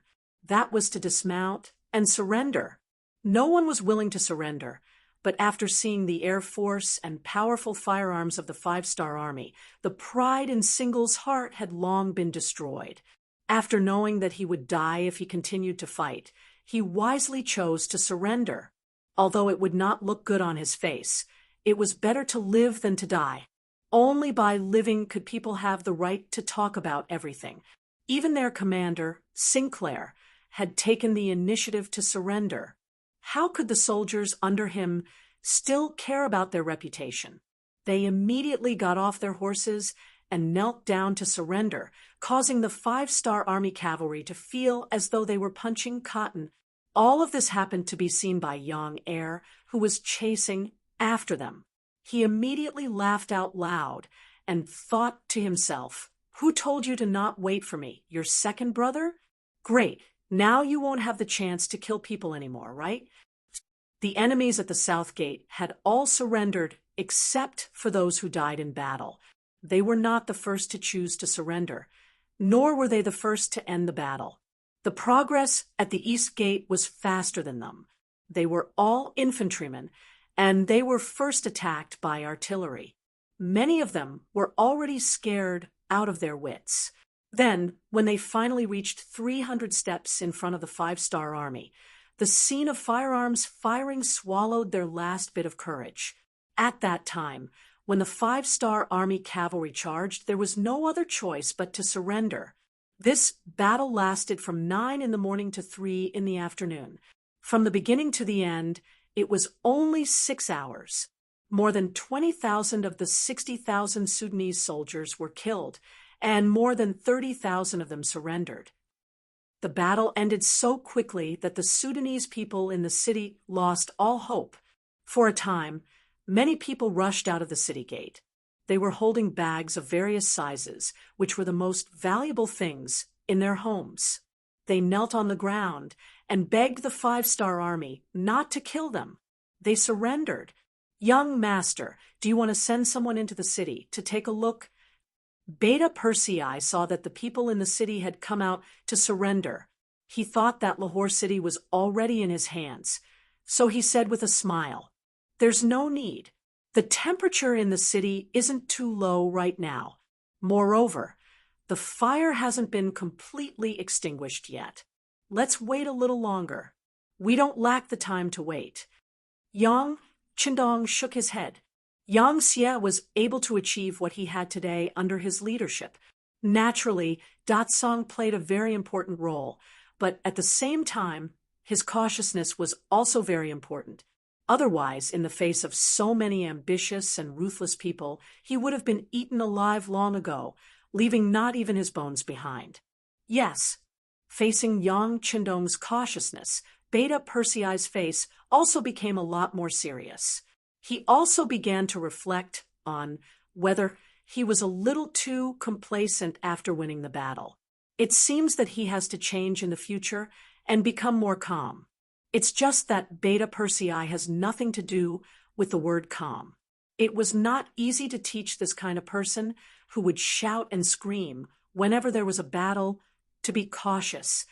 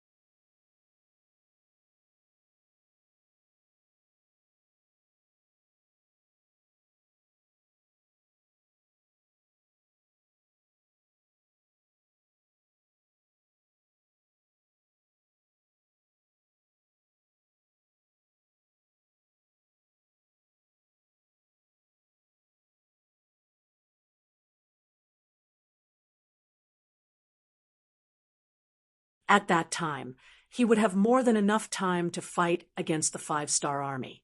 Moving the capital was a huge matter and involved too many things. It wasn't something that could be done just because one wanted to. When Zhu Di wanted to move the capital of the great Ming dynasty from Nanjing to Beijing, he had prepared for several years. However, what Nehru lacked the most now was time. If he continued to wait, how many more cities would the 100,000 cavalrymen of the five-star army attack? Also, once the five-star army's navy appeared outside Mumbai, he could only passively take a beating. In order to not worsen the situation, Nehru first chose the location of the new capital, which was Bidar city in the central region of the country. Not far from the city was the Godavari River, which could be used as a barrier to block the charge of the five-star army's cavalrymen. Moreover, there were many mountains and roads that were not convenient. If it was during normal times, it would be somewhat unsuitable as the capital. After all, it was not conducive to economic development. However, during wartime, it was the best place to defend. It was similar to Chongqing in the country.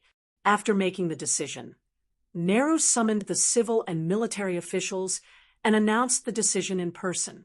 After that, he did not dare to say that there were objections and announced the dismissal of the court. He also needed time to arrange everything. For example, the number of concubines and children in the palace was quite a lot. The sudden move of the capital shocked many people. For example, most of the officials had bought a lot of properties in the capital. Those were things that could not be taken away. Now that the capital was suddenly moved, what were they going to do with those things? Those were immovable property that could not be taken away. Usually, when Nehru, as the king, made a decision, his subordinates usually did not dare to oppose it. After all, it would affect the dignity of the king of the country. However, when an order involved the interests of the majority, it was difficult to carry out the order even if it was given by the king. Just like in India at this time, the officials actually collectively opposed the move of the capital, so much so that the palace began to make preparations. However, the officials were stubborn and refused to budge. Time was wasted like this. Due to the failure of the government order, not only did it buy more time for the five-star army to arrive, it also caused the situation in India to become a mess. Nehru was indeed an ambitious and ruthless figure. Seeing that his officials did not listen to his orders, he angrily led the people in the palace and went straight to Vidal City, leaving more than 80% of the officials in Mumbai. Originally, he wanted to kill one or two of them to intimidate the others. However, he was afraid that if he really did that, it would cause internal strife and cause everyone to oppose him. So, he had no choice but to do it. The king actually left, bringing only the members of the royal family and less than 20% of the obedient officials with him. When the news spread out, the officials became a little anxious. They were blaming themselves for pushing the king too hard. Should they lower their heads and follow the king? When he left, State Preceptor Chow Han stood up and publicly said that moving the capital was an important matter for the country. How could it be done just like that? The king's action was mostly to throw a tantrum. As long as the officials did not leave with him, it would not be long before the king would definitely return. When the time came, everyone would collectively go forward and admit their mistakes, and the matter would be over. The state preceptor's words struck a chord in the hearts of some people. For a time, they followed him. As the state preceptor, Chow Han enjoyed a very high status in India. Now that he stood up and said these things, many people thought that they had found the root of the problem. As a result, even if the king left the capital, the officials still had no intention of following him. How would they know that some of Chow Han's actions had already incurred Nehru's dissatisfaction? Chow Han was the one who had previously prevented him from helping the Khaganate send troops. Because of this, Nehru had long thought of replacing him. If it were not for the change in the situation, George would have been arrested and punished by now. Nehru knew this, but the officials did not. So, after the king was gone, everyone instinctively followed the state preceptor's lead. However, others did not know, but as the state preceptor himself, Chow Han knew. Feeling that his position was in danger, in order to save himself, he took the initiative to look for Yunk this time. After a discussion, these words came out. Yunk, the former director of the Foreign Affairs Group of the Security Bureau, was transferred to the Central Asia region more than a year ago to serve as the branch director. His most glorious achievement was to instigate the rebellion of the famous General Chen Di of Jiaoji, Yunnan province, as well as Long Qi, Higuang, and others of the Lansang kingdom. Considering that he was good at this time, he was entrusted with the position of the branch director of the Central Asia Region Security Bureau by Director Yang San. As soon as he came here, Yunk investigated a lot of information and selected some people who could be targeted. This state preceptor Chow Han was among them. Under his efforts, the greedy Chow Han really became good friends with Yunk. In front of a large amount of gold and silver, although he had vaguely guessed Yunk's identity, Chow Han did not mention it. He even helped him to do a big thing, which was to prevent King Nehru from sending troops to help the Khaganate alliance. It seemed that he was living off the Khaganate alliance, but in fact, things like collusion with foreign countries were too common in history. Especially during the Warring States period, it was the most common thing. Often, when one side could not defeat the other, they would find a way to deal with the other side. Then, there would be cases of troops retreating when they almost reached the capital of a country. In the end, Chow Han was the state preceptor, not the king. This difference of one word was the difference between a monarch and a minister. The monarch was permanent, but the minister could be changed. At that time, most people became officials only for money. Otherwise, there would not be a saying that thousands of miles became an official only for money. When Yunk took out something that satisfied Chow Han, he naturally had to speak up for him. In a way, the two of them could be considered friends. Nehru intended to take down Chow Han, the state preceptor. This was a friend in trouble, so Yunk should stand up and think of a way for him, which led to the current situation. Nehru did not know about this. He did not leave the capital in a moment of impulse. He wanted to force everyone to follow him. He was using practical actions to make everyone choose. This plan was feasible. Originally, there were already some ministers who wanted to follow, but because of Chao Han's interference, everything turned into nothing. After knowing the reactions of the ministers in the city, Nehru was furious. He wanted to immediately cut Chao Han into pieces. Men secretly informed the people in the capital to kill Chao Han. Nehru knew that if Chao Han did not die, it would be difficult for the ministers to move the capital. So he gritted his teeth and said fiercely, Nehru wanted to kill Chao Han, but it was too late. Whether it was Chao Han's wisdom or Yung's experience, how could they not have guessed this? They were already prepared. Not only did they change Chao Han's residence, but they also increased the security around him by several times. In the next few days, there were no less than 4 or 5 attempts on Chao Han's life. But under the tight security, even the assassins did not see the shadow of the target. Under the continuous assassination, Chao Han was determined to follow the 5-star army to the end. Chapter 1544. If Jawaharlal Nehru were to win this battle, he would lose his head first. Chao Han's cooperation made Skylark very satisfied. At this time, the 5-star army's navy arrived outside the port of Bombay. After the two discussed it, they decided to go all out and directly welcomed the navy. Thus, Bombay fell. Before the war even started, Bombay, the capital of India, was peacefully accepted by the 5-star army. How did this trick work? Everyone who saw it was confused. When the news reached the ears of Yang Chandong, who was leading troops into India, his face also changed color. After a long time, he said, Good. Ha ha ha. I think Nehru's face must be darker than charcoal's.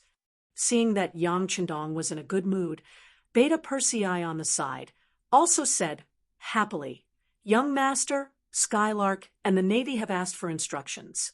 What should we do next? Do we need the Marines to land and cooperate with us? That's not necessary.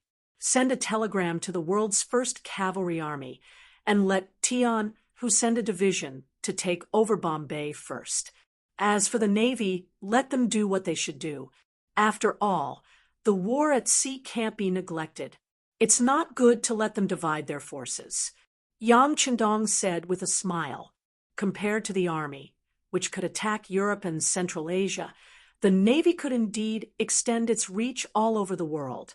Their task was more difficult. Originally, Lung Feng's military strength was somewhat insufficient. How could he borrow their strength? On the other hand, most of the land that could be conquered had already been conquered. After these things were solved, the next thing was the matter of the Great Ming Dynasty. Whether it was Bai Ming or the Great Ming Dynasty, it was time for them to give an explanation. Just as Yang Chandong thought, Nehru's face was really dark. It was not an exaggeration to say that it was as dark as the bottom of a pot. Before this, he had never thought that a mere subject, even if he held the position of the state preceptor, could he sell out the entire country? At this point, it was useless to blame Chao Han. However, he had to avenge the loss of the country's capital. He had already received news that the 5-star Army's navy had evacuated from Bombay, leaving behind 10,000 5-star Army cavalry. Since this was the case, he must take back the country. He wanted the ministers and people to see that, as the King of India, he had the ability to compete with the 5-star Army. He called his confidant General Ma Tur and gave him 50,000 soldiers, of which 10,000 were cavalry and 40,000 infantry. He ordered him to rush to Bombay, in order to let the army be able to exert their maximum power over the course of the day and night. And there were many officials left in their way, and presumably the wealth in their hands would not be small amount of wealth Bees' wealth was.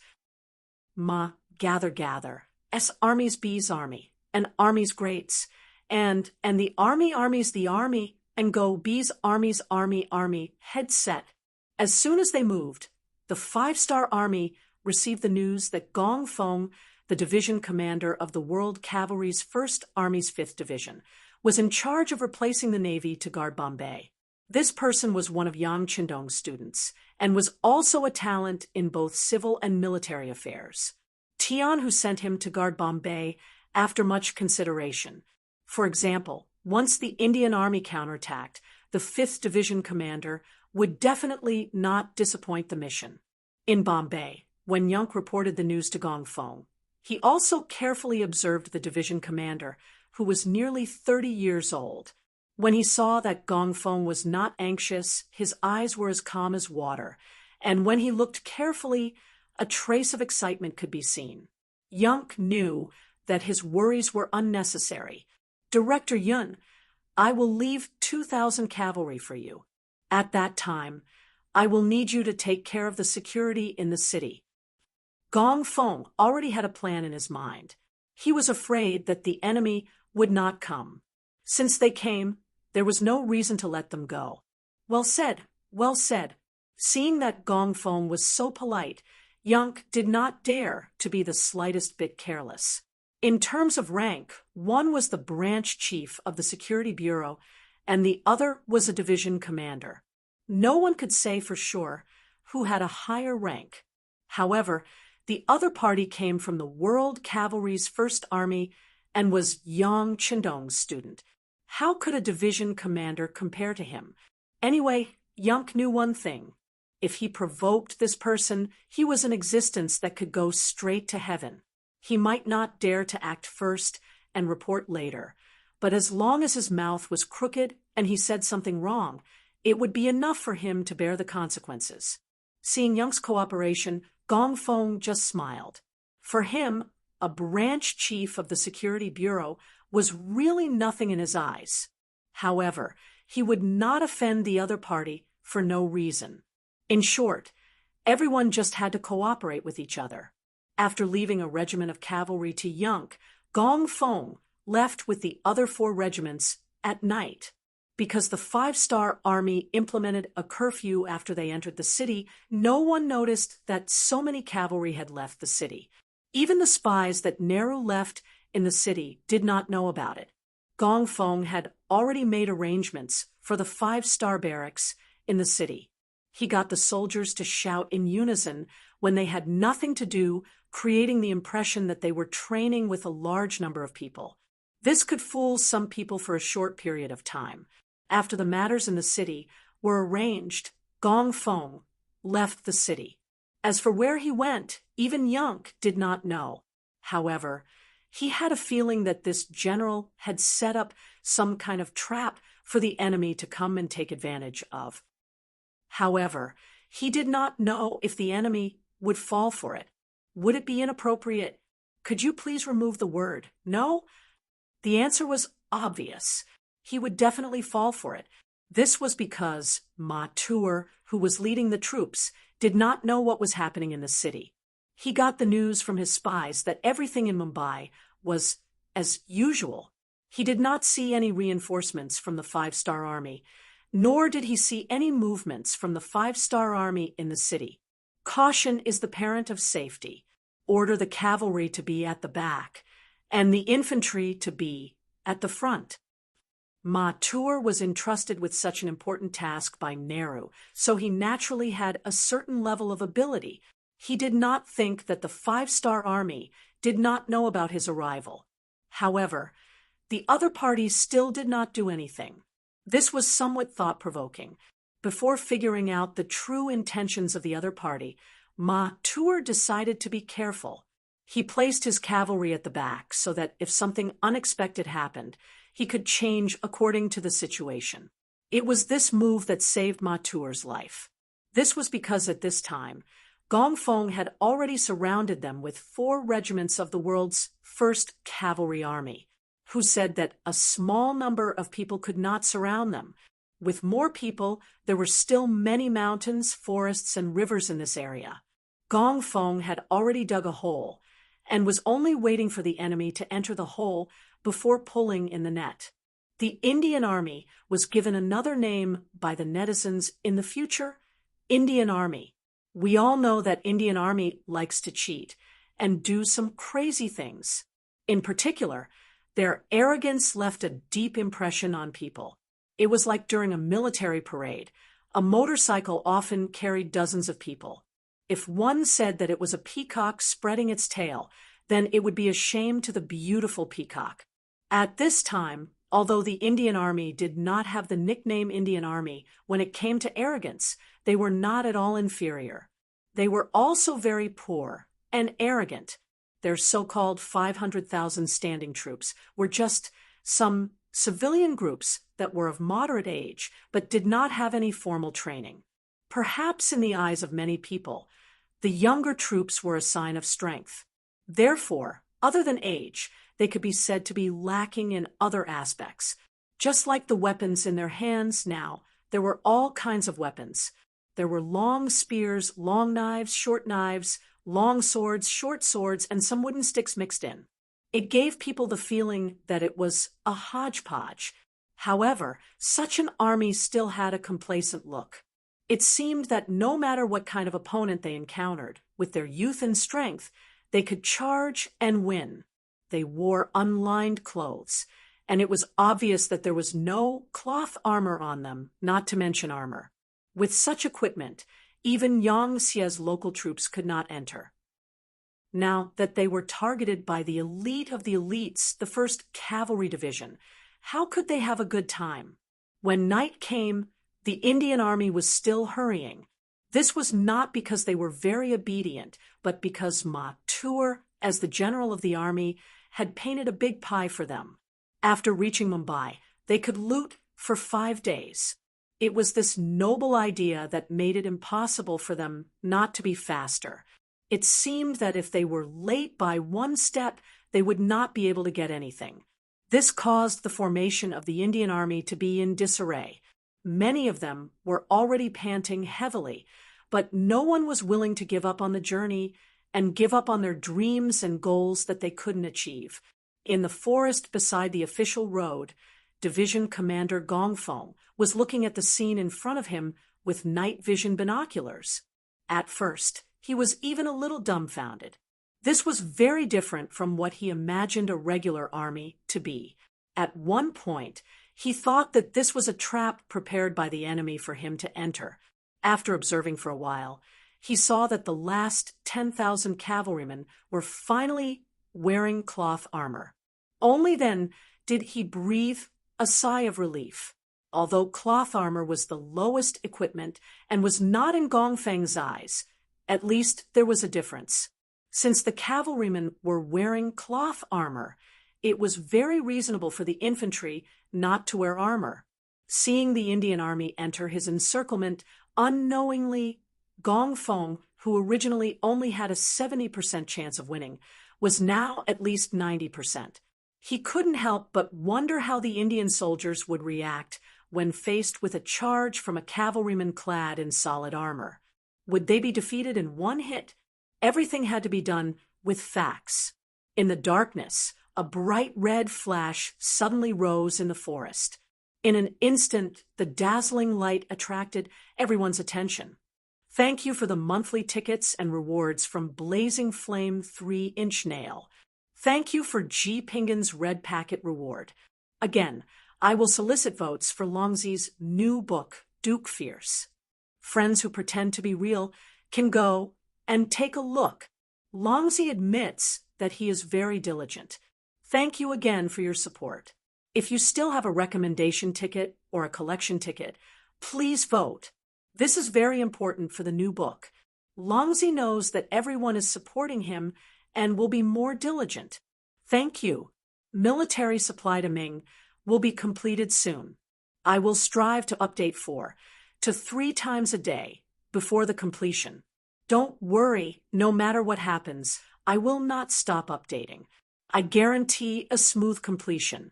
Thank you again for your support. Chapter 1545. The sudden appearance of the red light immediately attracted the attention of the 50,000 Een soldiers. They were still wondering what it was and why it was so bright and beautiful. Suddenly, the sound of horse hoofs could be heard from below their feet and into their ears. It's an ambush. Ma Tuer, who was riding his horse, also saw the red light. Instinctively, he had a bad feeling. When the sound of hooves entered his ears, his first reaction was that the enemy had arrived. He had not received any reports, and there shouldn't be any cavalry from the 5-star army nearby. So, where did this commotion come from? What was going on? With 70% confusion and 30% doubt, Ma Tuer followed the sound and looked forward. What he saw was the chaotic scene of the army formation. The 5th Heavenly Cavalry Division had attacked. The red signal flare was the order to launch an all-out attack. A total of 4 regiments, totaling 8,000 cavalrymen, charged out from all directions, charging towards the Indian infantrymen on the main road. Before they even arrived, the Big Dipper crossbows in their hands were already activated. As the arrows rained down, the Indian soldiers who did not know what was going on were met with a barrage of attacks. He didn't greet them, nor did he challenge them to a fight. The first thing he did was launch an all-out attack. As the crossbow bolts rained down one after another, cries of agony could be heard coming from the Indian soldiers who were dressed in simple clothes. This was the biggest difference between having armor and not having armor. In some dynasties, in order to not suppress the bravery of the commoners, the officials allowed them to carry weapons or self-made crossbows. However, they would definitely not be allowed to carry armor. Just from this point alone, one could see the difference between having armor and not having armor. On the battlefield, even when faced with a rain of arrows, soldiers with armor had a 30% chance of survival. Even when facing an opponent, they could still be injured in 4 or 5 places before dying. However, soldiers without armor did not have such ability. Usually, victory or defeat would be decided in a single exchange. The Indian soldiers without armor were completely defenseless against the Big Dipper crossbows at close range. Initially, they thought that this would be a good mission. They only needed to rush to Mumbai and attack the city with their advantage in numbers. By then, there should be reinforcements from the city. By then, the city gate would be breached under the pincer attack from both sides. By then, it would be time for them to reap the rewards. Who would have thought that they would run into enemies halfway through their journey? Moreover, it was when they were extremely tired. At this moment, facing the crossbow bolts from afar, even if some people wanted to turn around, they couldn't do so. Not to mention, the 5-star army's cavalry seemed to be everywhere. They didn't even know which direction to run to. They were like headless flies. Other than being helpless and dying, they didn't know what to do. In the future, when tens of thousands of Ming soldiers faced thousands of Jiannu soldiers, they would be defeated in one blow. In the future, when tens of thousands of Ming soldiers faced hundreds of Japanese soldiers, they would also frantically retreat and throw away their cannons. This was enough to prove the difference between elite soldiers and mediocre soldiers, as well as the difference between good equipment and plain clothes. Just like now, facing the fully armed soldiers of the world's first cavalry army and facing a sudden attack, the 40,000 Indian soldiers did not even have the chance to resist and were thrown into chaos. In the battle, there were countless people who died from being trampled. In the end, someone shouted, "Abandon your weapons and kneel on the ground. Those who surrender will live." In the dark night, black figures knelt on the ground one after another. Their movements were so orderly that it was as if they had rehearsed it hundreds of times. Compared to the incompetence of the infantrymen, the performance of the cavalrymen was slightly better. However, it was only slightly better. Under General Ma Tuer's orders, they even launched a counterattack. However, It was obvious that their cloth armor could not block the arrows from piercing through their bodies. However, what was even more unexpected was that when the battle was at its climax and the Indian cavalrymen still had the advantage in numbers, Ma Tuor, who was leading the troops, actually led the 1,000 or so cavalrymen to escape.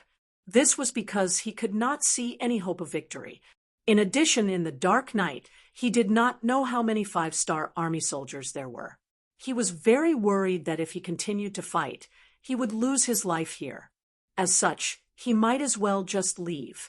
The fact that their general had escaped was a huge blow to the Indian cavalrymen. In addition, the 5-star army's cavalrymen seemed to have an endless supply of arrows. In the end, they also chose to surrender. 8,000 against 50,000. With the advantage of equipment and combat experience, the battle was over in just over 6 hours when the sun rose. At this time, the Indian soldiers realized that there were less than 10,000 of the 5-star army soldiers surrounding them. However, at this moment, they no longer had any weapons and were like meat on a chopping board. They could not muster up any will to resist. When evening came, Division Commander Gong Fong led the army back to Mumbai with 30,000 Indian soldiers. This scene was witnessed by the common people in the city. They did not know when the 5-star army left the city, but when they saw that only a few thousand cavalrymen were able to escort tens of thousands of Indian soldiers into the city, many of the common people's faces turned gloomy. Their own army was so weak that it caused the little bit of pride in their hearts to diminish. After Ma Tuor's army was defeated, he returned to Vidar city 3 days later.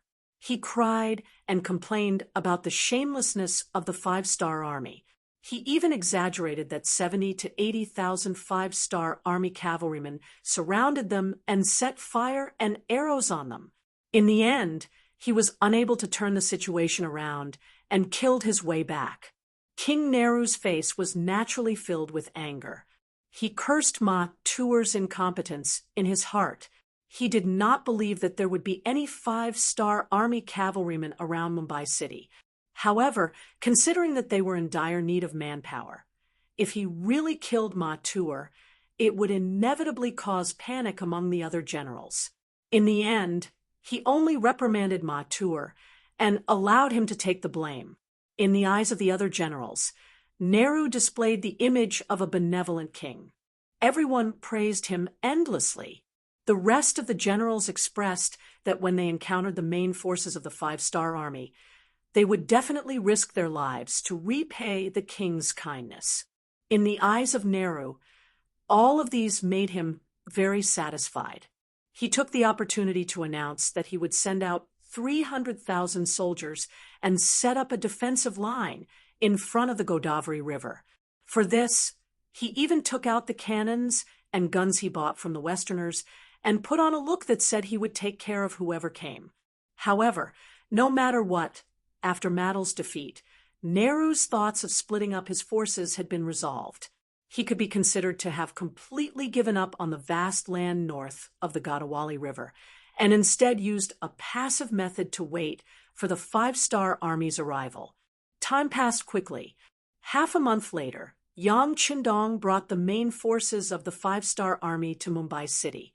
Outside the city gate, Division Commander Gong Fong held a grand welcoming ceremony. When the 5-star army entered the city one after another, the neat marching formation and the excellent equipment were displayed one by one in front of the Indian people.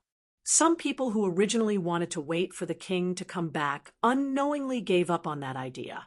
The troops just entered the city normally, but some people's thoughts of resistance were extinguished. At this point, Yang Chindong had fully understood and used what was called creating momentum. Over the years, he had also become better at using the people's hearts and using momentum to achieve what he wanted. The army only stayed in Mumbai city for 2 days. After a short rest, they went out of the city and went straight to the Godavari River. Nehru was waiting for a decisive battle. How could this not be what Yang Qindong wanted to see? Although the Delhi Sultanate had been attacked in the Battle of Myanmar and had to withdraw 20,000 troops, the pressure there had been reduced to a certain extent. But after all, the war was still going on.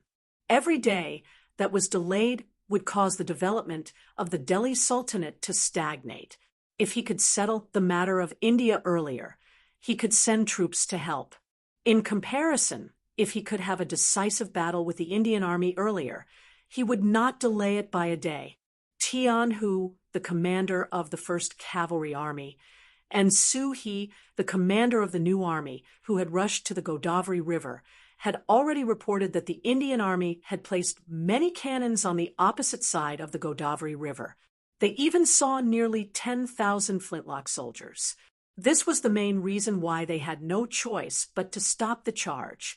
It was just that this defensive formation was naturally a great existence in the eyes of the cavalry, but in Yang Qindong's eyes, it was really nothing. Comparing firearms, his lung feng was definitely at the ancestral level. When the 2nd and 4th Divisions heard the news, they were also very excited. When they found out that the other party also had firearms, they really wanted to see for themselves. Compared to the cold weapons that were charging at them, they preferred to destroy firearms. It seemed to bring them more glory. In their excitement, the army moved very quickly. In just 5 days, they had reached the opposite side of the Godavari River. At the same time, the heavy cannons and other weapons in Lung Feng's hands arrived as well. The 5-star army had finally arrived. Nehru, who was in Bidar city at the rear, was also the first to receive the news. From this moment on, he became a little anxious. Although he had spent a lot of money to buy these firearms, how good were their performance? The power of these firearms had yet to be tested. At the same time, he also knew that the 5-star army also had firearms. He just did not know who would be more powerful when the two sides met. Just as Nehru was feeling anxious on the morning of the 2nd day after the 5-star army arrived, the 2nd and 4th Divisions of Lung Feng began to move. 75mm field cannons were pushed out from the army, constantly moving towards the Godavari River. During the meeting in the tent last night, Yang Qindong had introduced the range of the cannons to everyone. They could only fire about 3 li. Although these cannons were considered decent weapons back then, in the eyes of Lung Feng, they were really not enough. As the soldiers of Lung Feng pushed the cannons forward, they were naturally filled with confidence. They only stopped when they were about 3.5 li away. Chapter 1546. They were both using cannons and exploding shells, but the range of the cannons was 6 li. The distance of the cannons was more than twice that of the enemy's. The outcome of the battle had already been decided before it even began. Everyone, pay attention. Once the enemy's cannons are destroyed, it will be time for our cavalry to charge. At that time, everyone must seize the opportunity to cross the river. The first to reach the other side will be given the highest merit. As the various divisions and commanders pushed forward with the cannons, they also mobilized their soldiers. According to the battle plan Yang Qindong had laid out last night, bombarding the enemy's firearms was only the first step. The most crucial step was to cross the river and fight. If they couldn't do that, it would only be a small victory. For this reason, the officers of the various armies and divisions who had accepted the mission mobilized their troops to chop down all the trees in the vicinity as soon as the sun rose. They made simple wooden bridges so that they could cross the river at any time. This time, those who followed Yang Qindong were all veterans who had been on the battlefield. Many of them were no longer afraid of war. On the contrary, because of Yang Qindong's emphasis on military merit, many of them were excited as if they had been injected with chicken blood. They were afraid that there would be no war to fight. That would make all the skills they had learned useless. It could be said that it was precisely because of this powerful security system and the establishment of military merit awards that the five-star army would not develop a battle weariness, even when they were fighting everywhere. It wasn't easy for them to rely on war to live a good life. How could they dislike war and give it up in the end? With their fighting spirit and high morale, coupled with the strongest equipment and the most powerful firearms, who could stand against them? When the cannons were pushed to the front of the Godavari River, only 5 li away from the Indian cannons, the 2 divisions and 400 cannons stopped. Following that, boxes of cannons were pulled up by horses and mules. The cannons were opened and the cannons were dismantled. The preparations for the cannons were done in an orderly manner. On the other side of the Godavari River, many of the Indian generals saw all of this. Mathur, who was trying to redeem himself, even estimated the distance between the two sides. When he confirmed that it wasn't within the range of the cannons, he could only shake his head helplessly. Then he looked at the five-star army on the other side of the river. He wanted to see what the Han army was going to do. At the same time, he would occasionally glance at the rear of the army. Due to his previous experience of being defeated by the five-star army, he had formed a 20,000-man inspection team. If anyone dared to take a step back during the battle, they would be treated as deserters and killed without mercy. It was precisely because of this preparation, coupled with the danger of the Godavari River in front of them and the firearms and cannons on the side, that Tour felt a bit more confident in this battle. Last check, reload the cannons in 3 minutes. As the commander of the Lung 2nd Division, Xiao Feng's experience came into play. This time, he became the commander of both the Lung 2nd Division and the Lung 4th Division. In the following time, the cannoneers quickly checked the cannons. When there were no problems, the soldiers picked up the cannons and prepared to reload at any time. Xiao Feng turned around, and after confirming that there were no problems, his expression turned serious. As he shouted for the cannons to fire, the small red flag in his right hand fell down. Instantly, 400 cannons fired at the same time towards the other side of the Godavari River.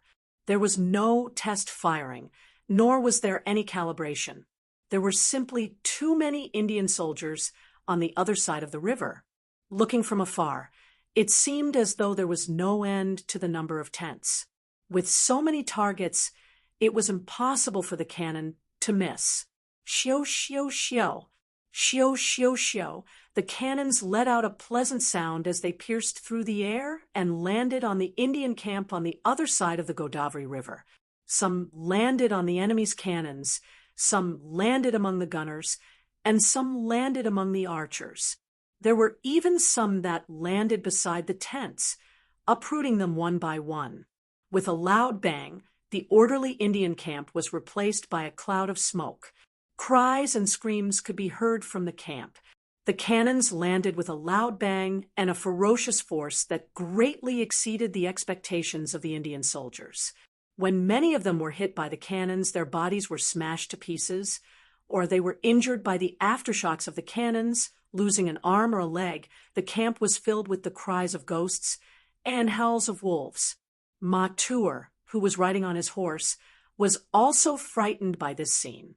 His warhorse also shook its head and wagged its tail because of the loud explosion. If he did not control it with all his might, it would have already turned tail and fled. Calm down, calm down. Facing this sudden change, although Mathur's face was pale, he still did his duty and shouted, "Immediately order the cannons to fire back." Although he knew that the distance was not enough, Mathur could not think of a better idea. If they didn't do anything, the army wouldn't be far from collapsing. The order was given to the cannons, and the cannons at the front started to reload. One cannonball after another was loaded into the cannons. Then a loud explosion sounded, and the cannonballs landed on the five-star army across the river. The sound of the cannonballs brought hope to the Indian soldiers.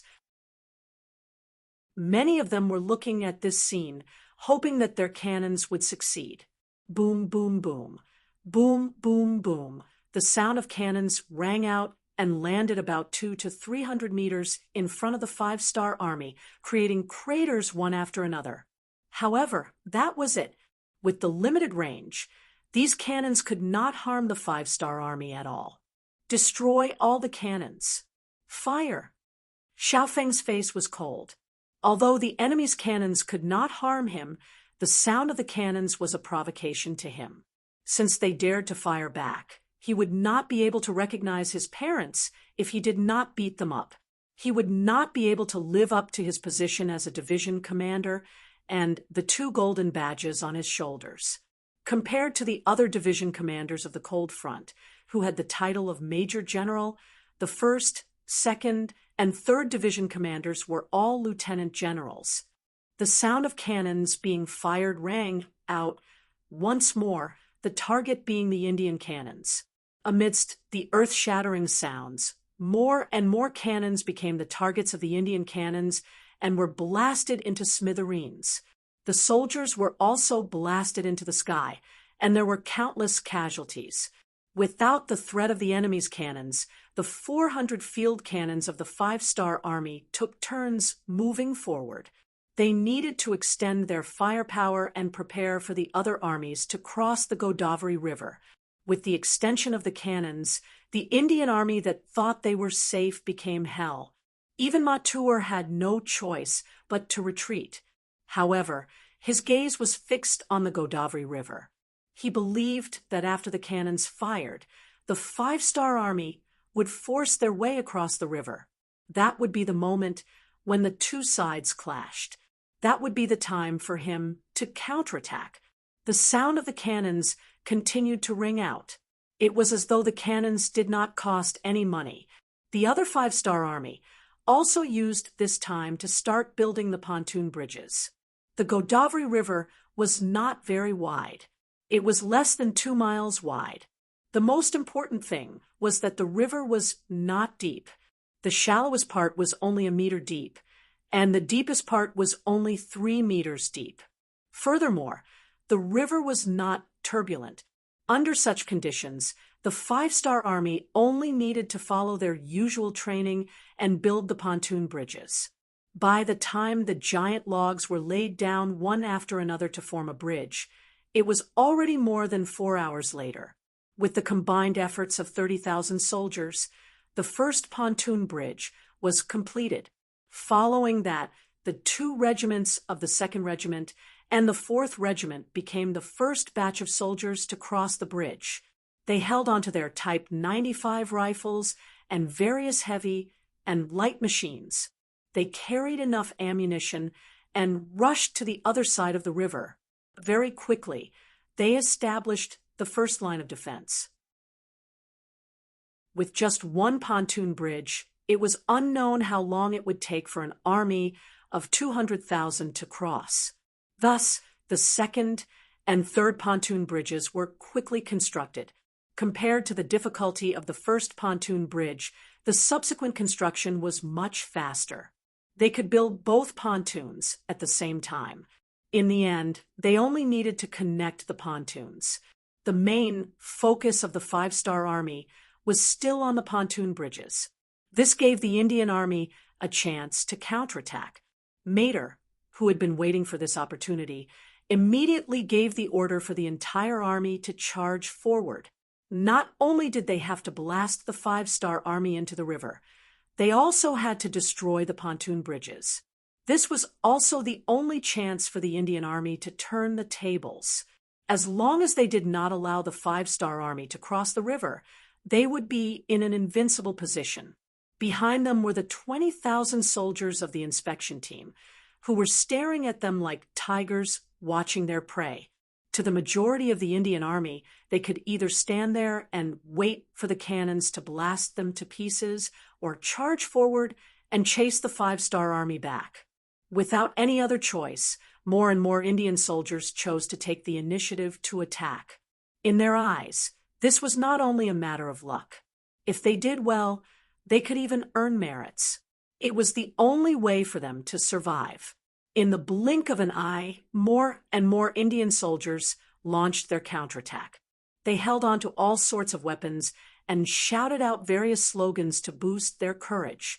Some of them even tore off their clothes, leaving their upper bodies bare. It was as though they were fighting to the death. With so many people charging forward, the aura they exuded was shocking. If it was a cowardly person, they would have already trembled and not know what to do. However, for the battle-hardened soldiers of the cold front, such a small battle was nothing. On the contrary, with so many military merits in front of them, everyone's eyes lit up. Their fingers involuntarily reached for the trigger. Chapter 1547. Everyone, don't be impatient. Let's get closer before fighting. As the commander of the 4th Division, Ling Daqiang's eyes were shining as he spoke. Unknowingly, he had already picked up a light machine gun and was ready to shoot. 800 steps, 700 steps, 600 steps. The Yin army was getting closer and closer. Those with good eyesight could even see the ferocious expressions on their enemies' faces. However, this did not affect the mentality of the cold vanguard soldiers at all. They all remembered the main points of their training, held their breaths, and adjusted their breathing to ensure that they could hit the target more accurately when they fired later. 400 steps, 300 steps, 200 steps, 180 steps. At this distance, it was guaranteed that the 95 style would be able to unleash its greatest power. At this moment, Commander Daqiang finally shouted, "Everyone, fire!" Da-da-da, da-da-da-da. The impatient soldiers of the 5-star army raised their guns and started firing. Countless bullet casings jumped out of their guns and landed beside them. Countless bullets flew forward and hit the Indian soldiers who were charging at them. Puff, puff, puff. Thump, thump, thump. Clang, clang, clang. Under the sounds of gunfire, more and more Indian soldiers were shot dead, falling on the path of the charge. However, the Indian army didn't seem to have any intention of stopping. They were still holding onto their swords, spears, swords, and rods as they shouted loudly. They looked like they wouldn't give up until they achieved their goal. Yang Chendong, who was riding on the white dragon, was also moving forward with the army. Through the binoculars, he saw everything that was happening. At this moment, his heart suddenly trembled violently. He seemed to have seen the scene at Bali Bridge in the late Qing dynasty. Countless Mongolian cavaliers and green camp soldiers roared as they tried to charge into the Anglo-French army's formation. However, they were shot down from their horses halfway. They were enough to use the last bit of courage of that dynasty, using their last bit of strength to win, even if there was only a trace of hope. However, it was useless. Under the intense gunfire, as long as one was not a god, they would not be able to break through this deadly blockade. It was the same for the Indian army. As they charged forward, many of them fell down. Then, they continued to charge forward and fell down. However, there were simply too many Indian soldiers charging at them. There were at least 100,000 of them, and each formation consisted of 1,000 to 2,000 soldiers. When there were nearly 100 formations charging at them, even the 8,000 cold vanguard warriors could not stop them from advancing even if they continued to fire. Rocket launchers, get ready! Fire! Seeing the ferocity of the Hindustanis, Ling Daqiang was not afraid. Instead, he was delighted. He liked opponents like this who knew they were going to die but still charged forward. It was much better than those who peed their pants at the sound of gunfire and tried to escape. At least this time, they could enjoy themselves to their heart's content. Thump, thump, thump. Boom, boom, boom, the rocket launchers of the various regiments launched their attacks. When the rocket launchers crossed a distance of 100 meters and landed in the midst of the Indian soldiers, A single blast would clear out a large area and cause a large number of Indian soldiers to fall down involuntarily. Some of the rocket launchers could even cause about 100 casualties. This was all because the Indian soldiers were too close to each other. The 400 field cannons at the front also began to retreat.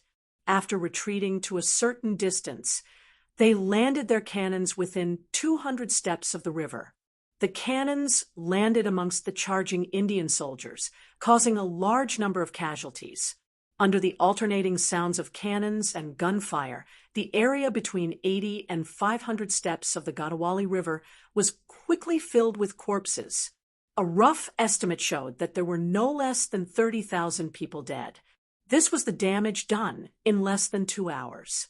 Under such a powerful attack, the Indian soldiers' charge was finally stopped. When they saw that they could not get close to the 5-star army, no matter how hard they tried, more and more Indian soldiers started to feel afraid. It was a matter of course that people would die in a war.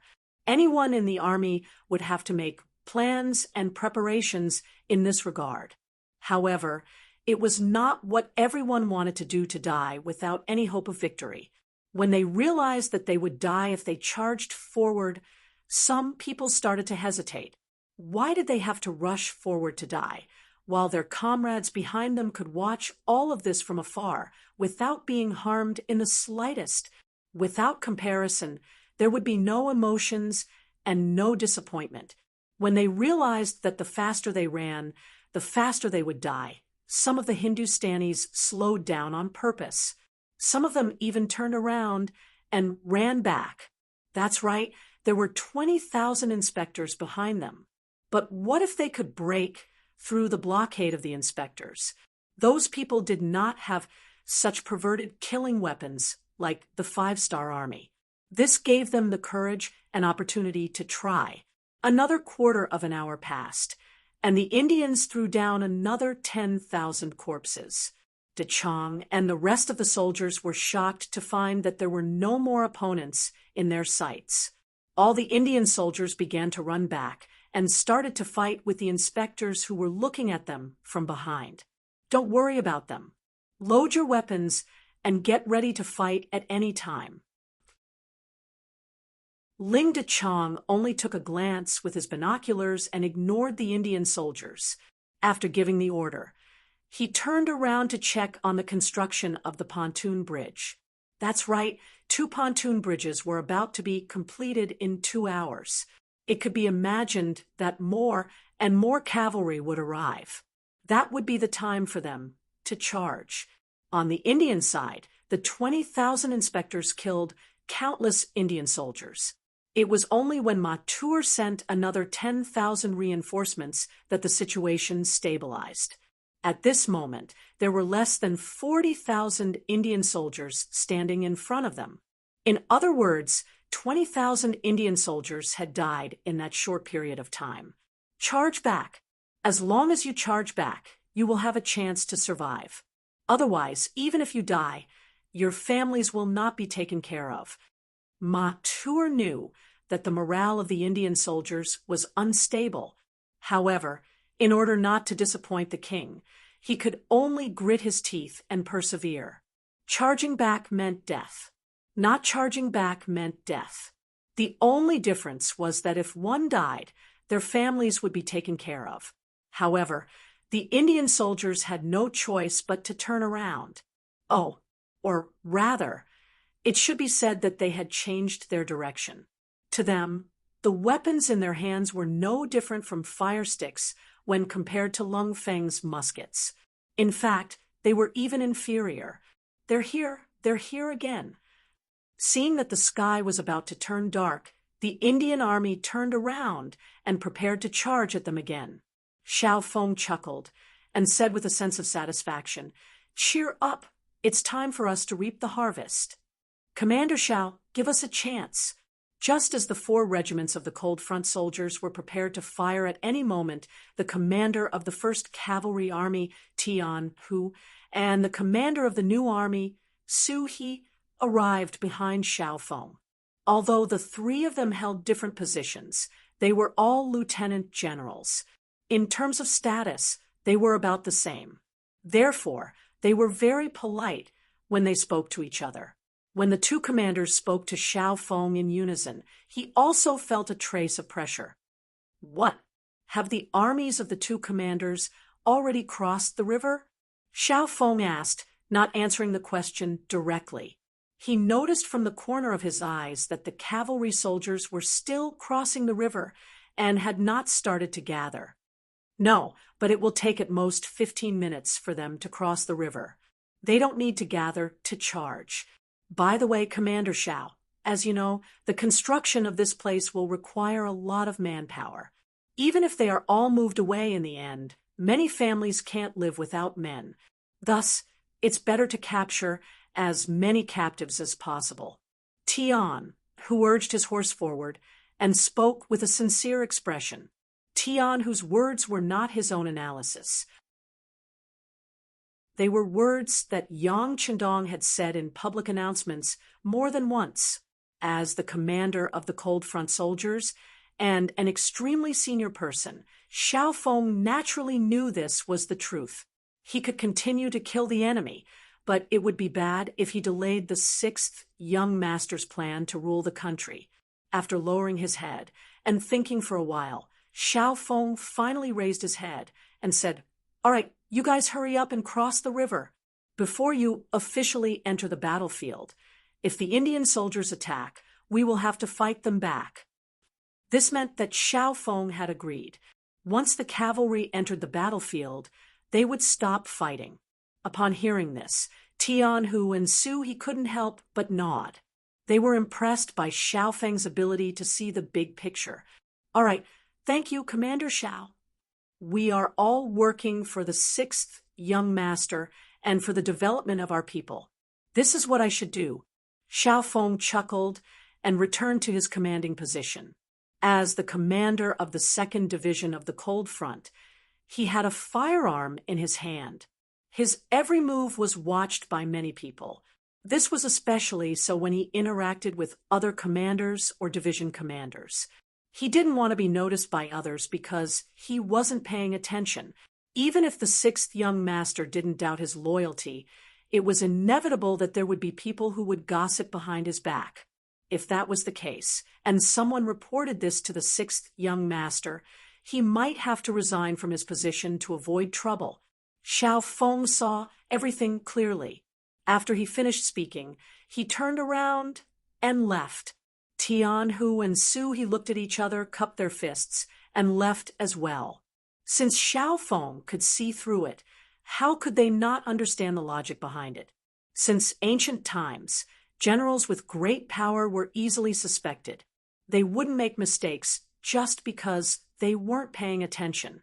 As soon as Xiao Feng returned to his commanding position, he saw a large group of Indian soldiers charging towards the river. They were less than 700 steps away from the Cold Front. As usual, shoot when they are 300 steps away, Xiao Feng said casually. Xiao Feng casually said this as he took the light machine gun from the guard's hand and began to inspect it.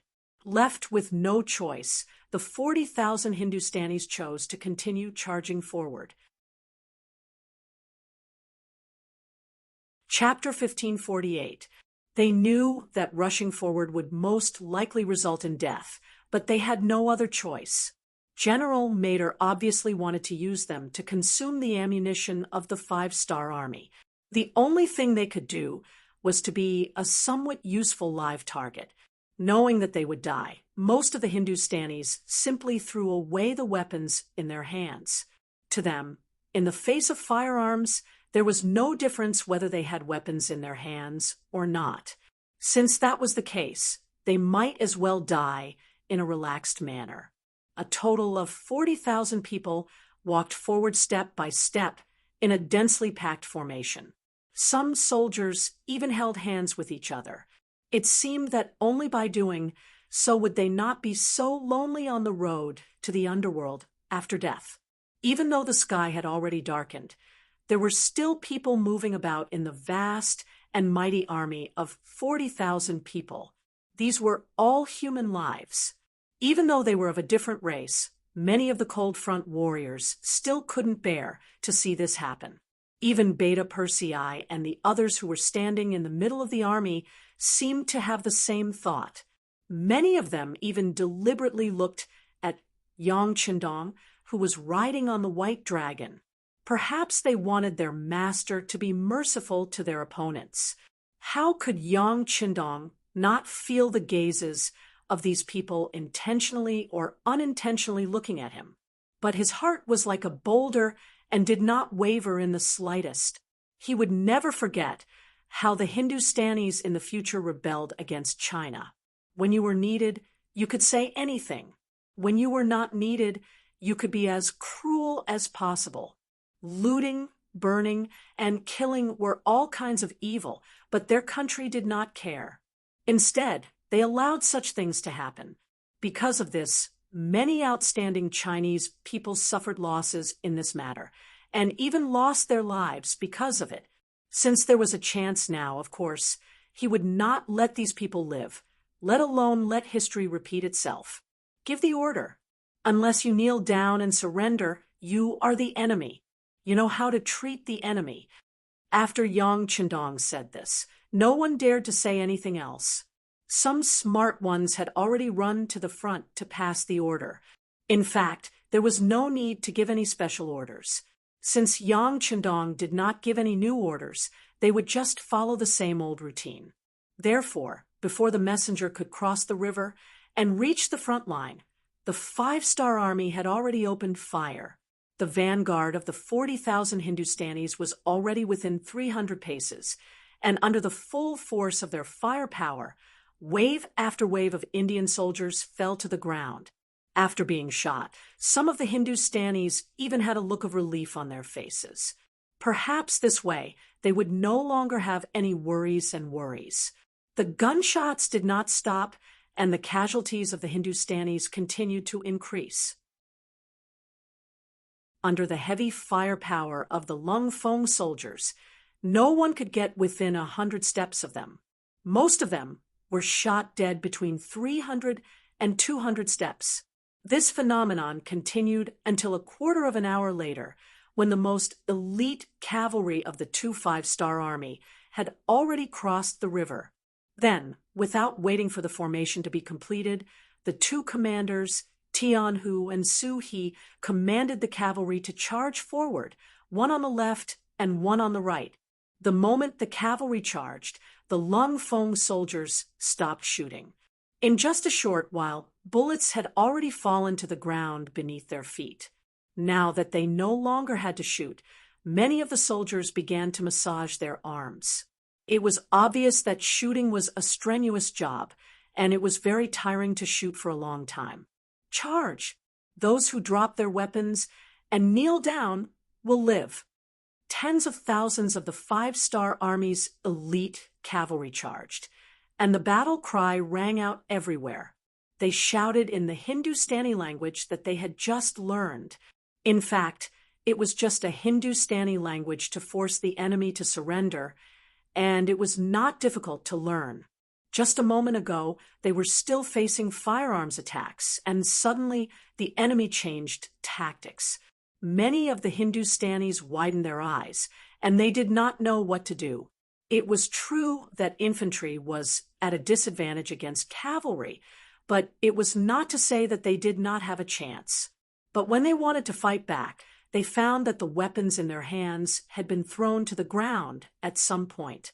At this time, how could it be so easy to find them in the dark? Run! Seeing that the Han cavalry was getting closer, many of the Hindustanis' faces changed. To them, they would rather be killed by a flintlock. At least they would die a quick death. However, if they were hit by a war horse, it was very likely that they would not die immediately. Instead, they would have to suffer a lot.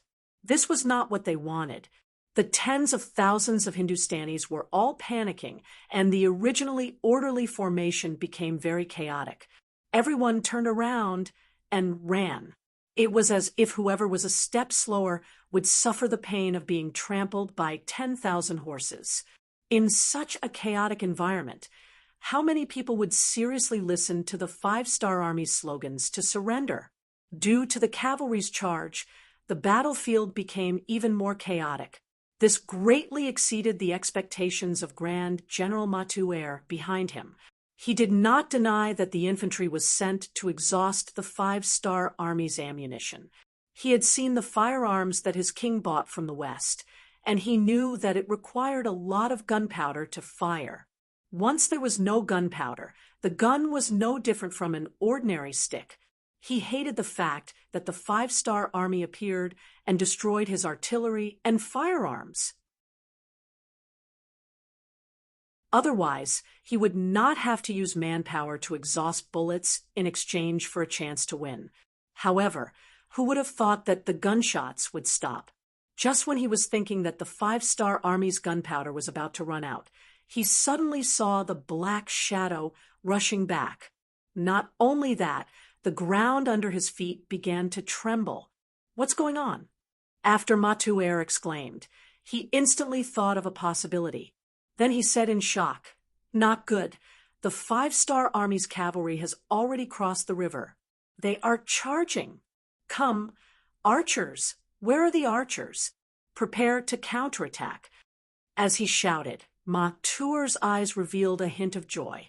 Although the cavalry was not easy to deal with, it was still better than the untouchable firearms.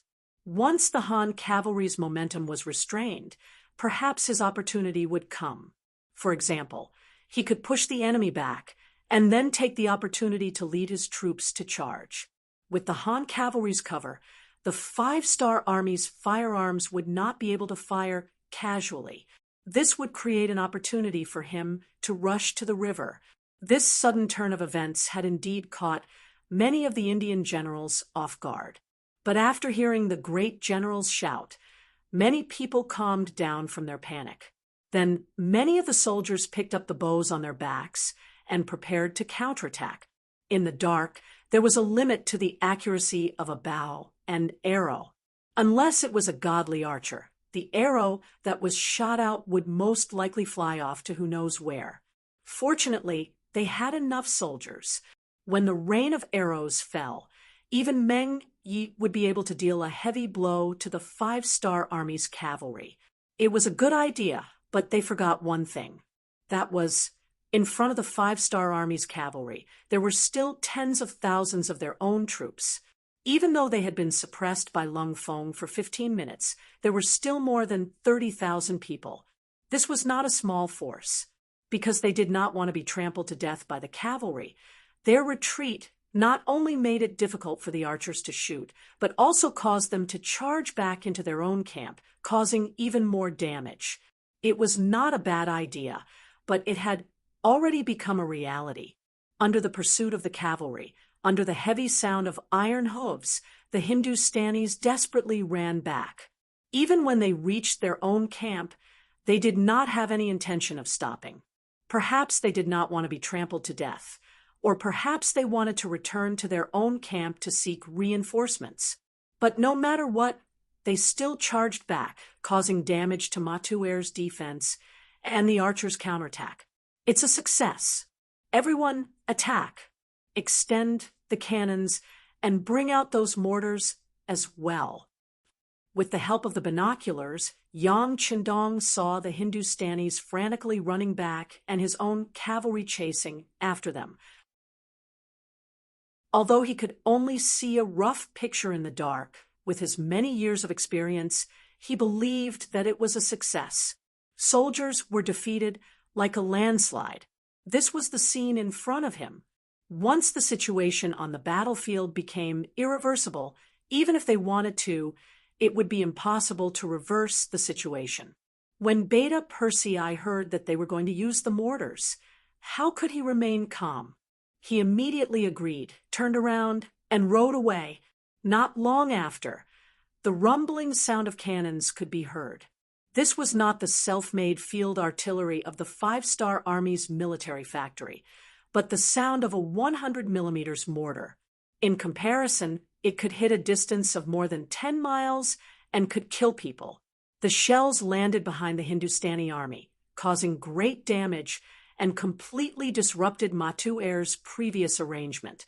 He always thought that a 6-mile bombardment was the limit of the 5-star army. He thought that the place where he was standing was very safe. But who would have thought that there would be such powerful cannons? Seeing that the rear of the army had also been hit by the cannons and was in chaos, he said with a sorrowful expression, "Retreat, retreat all the way back to Vidal's city." The Hindustani army, who had been in a passive position, finally admitted defeat under the great power of the mortars and the 5-star army's trump card. Fortunately, Matur was decisive in his actions.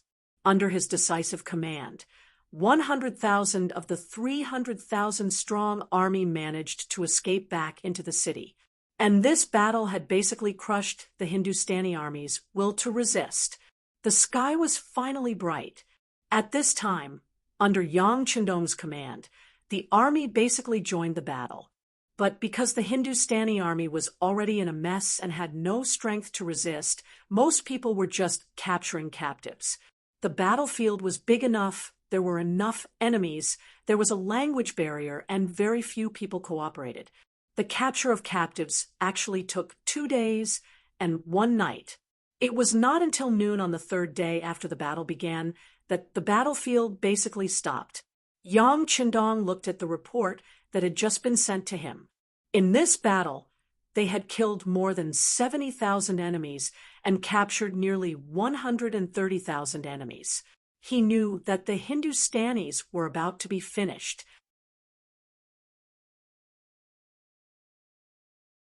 Chapter 1549. In Bidar city, General Matur led the defeated army back to the city, and Nehru was shocked when he heard the news. That was 300,000 people. Even 300,000 pigs couldn't be slaughtered so quickly, right? Although Matur had brought back 100,000 people, it still made Nehru very angry. He had hoped that the 300,000 men would hold off the 5-star army. And once the stalemate reached a certain point, he would look for an opportunity to counterattack. Now, he had lost 2/3 of his soldiers, and with the soldiers in the city, there were only 25 men left. How long could they hold off the 5-star army? Nehru was furious, and the consequences were severe. In front of all the generals and ministers, he ordered Matur to be executed. Matur didn't resist at all. He had fought the 5-star army twice in a row and had lost twice. He no longer had the confidence to win against the Hans. Since that was the case, so be it. Death was release. After Nehru killed Matur, he personally took command. He wanted to bring the 250,000 soldiers in the city to fight a decisive battle with the 5-star army in Bidar city. This was also a national war. During this process, some people suggested that they should send people to negotiate with the 5-star army. At most, they would surrender to the other party and respect the other party as their suzerain. There were also people who suggested that they should continue to retreat. They could retreat to Gubaja city. If that didn't work, they could retreat to Bangalore. Speaking of which, India's territory was not small. However, these 2 points were rejected by Nehru in the end. Surrendering was impossible. He understood that in front of the 5-star army, there was only the possibility of annihilation. There was no such thing as peace in exchange for surrender. Since they were going to be annihilated no matter what, they might as well give it a try before they die. As for retreating, where would they retreat to the day after tomorrow? Doing so would only cause the morale of the army to drop, and they wouldn't have a chance to fight the final battle. To be able to become the king of Hindustan, Nehru wasn't a coward. On the contrary, he was someone with great ambition. He was determined to fight the 5-star army. He wanted to see how strong the other party was. For this, the first thing Nehru did was to boost the morale of the army. He announced the wealth he had brought from the capital to the public and explained how much money and benefits one could get from killing an enemy on the battlefield. This kind of open and transparent reward system had indeed boosted morale and stirred up the hearts of the people. In just 2 days, the 250,000 Indian soldiers in the city seemed to have been reborn, and some of them even showed signs of longing for war. On the 5th day, Yang Qindong led the main force of the army and appeared outside Vidal City. When he learned that King Nehru did not escape but was prepared to fight to the death with him here, he was naturally very happy. He liked to fight because it simplified complicated matters, it could buy him more time, and in order to fully respect this opponent, he was determined to show his ability, such as using the Air Force. He didn't try to understand the situation in the city. Although there were spies from the intelligence department in the city, they weren't equipped with radios and couldn't spread any news. And even without the support of intelligence, Yang Qindong could imagine that since Nehru didn't intend to leave, he must have made ample preparations and was waiting for Yang Qindong to attack the city. Since that was the case, let's see who's more powerful. On the first day outside the city, the Air Force couldn't take off due to the heavy rain. Yang Qindong endured for an entire day, which further boosted the morale of King Nehru. He shouted arrogantly that the 5-star army wasn't invincible, and they were probably afraid of his army. This boosted the morale of the 250,000 soldiers in the city by a large margin. In such a situation, without the support of advanced weapons, it was really impossible for the 200,000 soldiers of the 5-star army to take down Pidal City. In ancient times, the existence of a strong city would often deter the enemy. Sometimes, in order to take over a city, it was possible for the enemy to surround it for a few months, half a year, or even longer. That was also why the wise monarchs in ancient times had the desire to expand their territory, but were often unable to do so. But in Yang Qindong's eyes, all of that was nothing. The reason why he was able to lead his army to conquer such a large territory in just over a decade was because of the advantage brought by the large warehouse. He had advanced weapons that were far superior to those in this world, which was the greatest weapon that made him invincible and invincible. If it weren't for the fact that he didn't want to kill indiscriminately and that he needed to leave a lot of people behind to build his homeland, he could have formed an Air Force helicopter brigade, tank brigade, and war chariot brigade. Just think about it. If he took out those things, who in the world would be a match for him? This was especially true for those large caliber cannons that could shoot up to tens of kilometers, hundreds of kilometers, or even more. If he really let them unleash their might, the enemy would often be destroyed before they even knew what they looked like. Yang Qindong did not do that. What he needed was to conquer, not destroy. At the same time, he also needed a powerful army for his use, not an army that only knew how to use the advantage of weapons to fight weak enemies. If that was really the case, what kind of combat power would this army have when he was no longer around? He did not use his strongest ability because he did not need to. Even if he did not use his strongest weapon, he could still conquer one country after another in a very short time, expand his territory, and instill the idea of Han supremacy in the world. Now that he had come to India, it was only natural that he wanted to occupy this place. From then on, India would perish, and this country and race would no longer exist in the world. From then on, there would no longer be any incidents of Indians rebelling against China. Before he conquered this place, he did not mind teaching them a lesson, making them remember him forever, so that they would tremble at the thought of the 5-star army and lose their will to resist. When he thought of doing that, he had to deal them a heavy blow. Therefore, on the morning of the 3rd day, when the sky cleared up and the sun hung high in the sky, the Air Force set off with an order. Over 100 hot air balloons soared into the air above Bidar city. At this time, on the city walls of Bidar, countless Indians were waiting in formation. Beside them, there were many temporary wooden huts. They were all made up of huge wooden sleepers, which were the preparations they had made to defend against the cannons. From the words of the 100,000 defeated soldiers, they knew that the cannons of the Five-Star Army were extremely powerful and had a long range as well. Mater had lost in this aspect. Nehru came up with such a method after learning from the mistakes of his predecessors. Although it could not completely suppress the power of the cannons, at least when the cannons were fired, there would be a place to hide. Perhaps they could not avoid being injured or dying in battle, but it was better than nothing.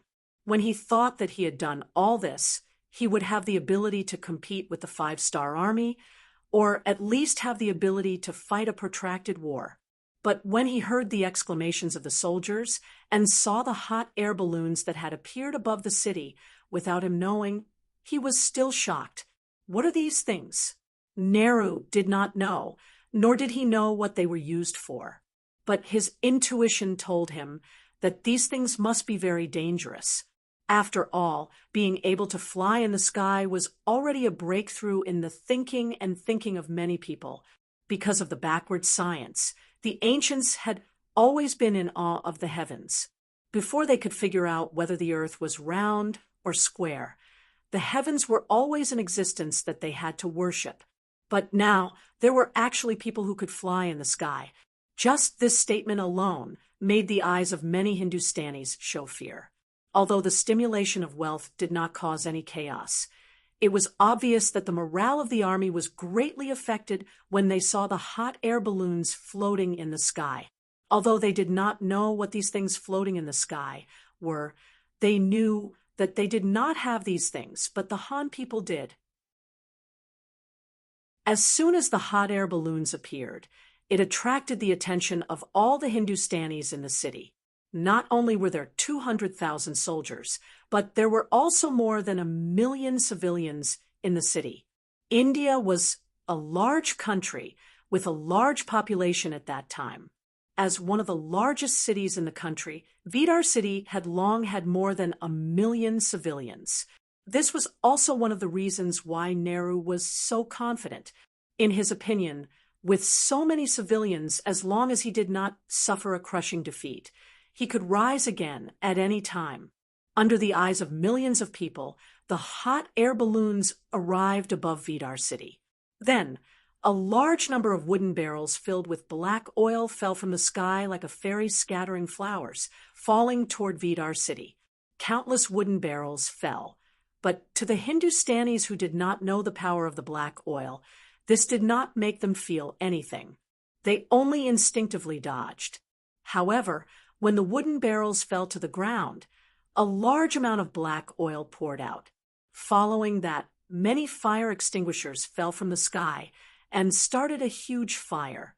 That kind of scorching feeling and that kind of threatening fire caused many people to become alarmed and cry out loudly. Some of the kerosene fell on the city tower of Vidar city, and the fire immediately burst into flames. One after another, people shouted to put out the fire. The soldiers began to put out the fire with basins of water. This primitive method of putting out the fire naturally had no effect on the kerosene. Not only that, but the fire also became more vigorous in a short period of time because of the water. Many Hindustani soldiers were caught off guard and were burned by the fire, causing even more miserable screams. On the city tower, Nehru, who was protected by countless palace guards, stared at the scene in front of him with wide eyes, and his body trembled involuntarily. Chapter 1550. He knew that the Five-Star Army would have cannons to pave the way, and he was prepared to sacrifice some of his men. However, he believed that in the end, the siege still depended on people. As long as they could hold on until the Five-Star Army was blocked outside the city, it would be considered a victory. Under such a series of attacks, when both sides suffered casualties, the scales of victory would slowly tip towards him. After all, he was the king of India. If he was in trouble, the soldiers of other cities would not leave him in the lurch. especially when they saw that he was in a stalemate with the five-star army. The possibility of them sending reinforcements would greatly increase. When that time came, the five-star army would not have any reinforcements. At that time, even if 2, 3, or even 5 people were sacrificed, the final victor would still be him. This was the reason why Nehru persisted until the end. He firmly believed that with the advantage of nearly 10 million people, he would definitely be able to drive the five-star army out of the country. However, he never expected that the other party would start a fire, and it was the kind of fire that could not be extinguished at all. Perhaps the fire would not hurt many people, but the impact on the morale of the army was unimaginable. When all the soldiers lost their fighting spirit because of the fear of the fire, the five-star army would charge at the right time. Who would be able to stop them? For this battle, he took out all his assets to reward everyone and raise the morale of the army. However, all of this was based on whether they could win and survive. And if they died in battle, what was the use of all the wealth? At this moment, Nehru finally felt fear. He did not know if the five-star army had any other means that they had not used yet. Just a big fire had already left him at a loss. What would he do if there were other ways to attack? The fire continued to light up in the city and could not be extinguished. Anyone who came into contact with the flames would either die or be seriously injured without exception. It did not take long for the city to turn into a living hell. On the other hand, the five-star army outside the city had no intention of attacking the city at all. On the contrary, they set up a formation to prevent the Hindustanis from launching a counterattack in desperation. After that, they began to cook. It didn't take long for the aroma of meat to drift into Vidal City. If it was any other time, the aroma of the meat would definitely make the Hindustanis, who could not even fill their stomachs, swallow their saliva. However, at this moment, all of them were vomiting nonstop. There was no other reason other than the fact that many people in the city had already been burned to death and turned into roasted meat. The smell they emitted was actually not much different from the smell of meat. How could it not make people want to vomit? "Young master, when do we attack?" Beta Persei asked curiously as he watched the fire burning everywhere in the city. "Don't worry. This Nehru clearly wants to fight us to the death. How can we let him have his way? Let's burn it for a few days first." Yang Qindong had a confident smile on his face. What he wanted was to exchange the greatest victory for the smallest price. He wanted to see how many more days these Hindustanis could last. Yang Qindong was neither in a hurry nor slow. He had no intention of attacking the city at all. Every day, he ordered the Air Force to drop black oil barrels into Vidal City. The fire was put out again and again, and after 5 days of this, the city that had been bustling with life had turned into scorched land. Wails and cries could be heard everywhere. Not only did the fire burn many Hindustani soldiers and civilians to death, but it also ignited the piles of food that were originally stored in the city. The water source was also greatly damaged due to the fire. Seeing that it would not be long before the city fell into a situation of food and water shortage, even if the five-star army did not attack the city, Nehru's face turned pale. He finally experienced the feeling of helplessness in the face of the five-star army. He finally understood why the alliance army of nearly 1 million Khanates, which seemed so aggressive and powerful, would still be defeated by the five-star army. This was an army that did not play by the rules, but at the same time, they had many trump cards up their sleeves. When faced with such an opponent, it was often impossible to guard against them. It was only natural that they would lose in the end. "Your Majesty, our rations can only last for another 10 days at most.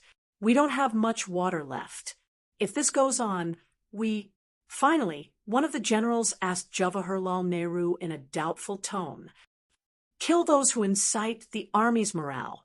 Nehru did not even look at the general. He just waved his hand.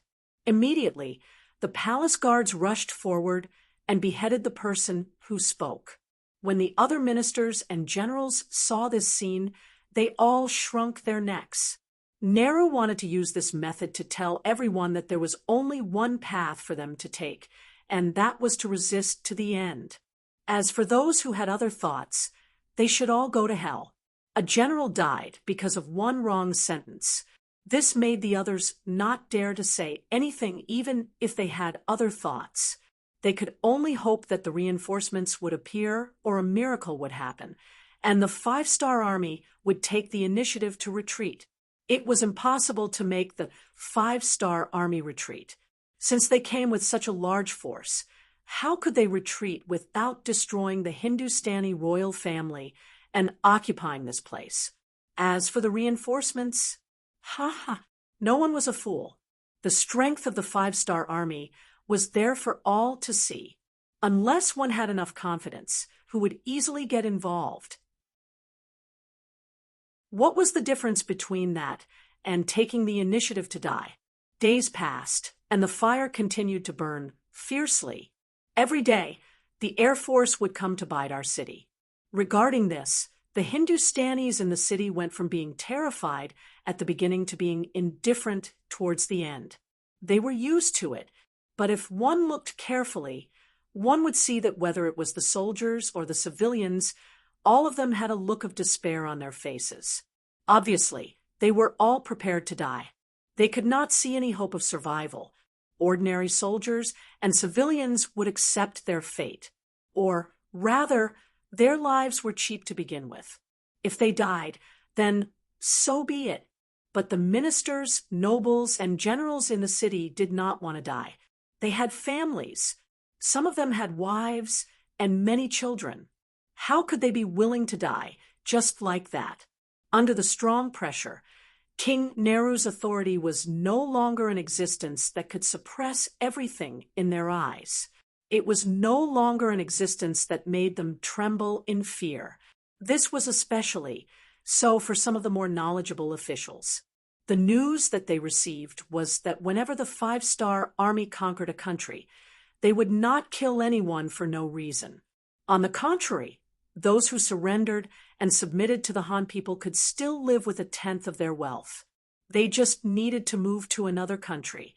When this news was spread by the secret agents of the intelligence department in the city, and the nobles and people in power knew about it, some people were finally moved. Seeing that if they continued to resist, they would only die, they were unwilling and decided to save themselves. The so-called saving themselves referred to surrendering to the five-star army and seeking a way out for themselves. If they wanted to do this, they had to overthrow the mountain in front of them, King Nehru.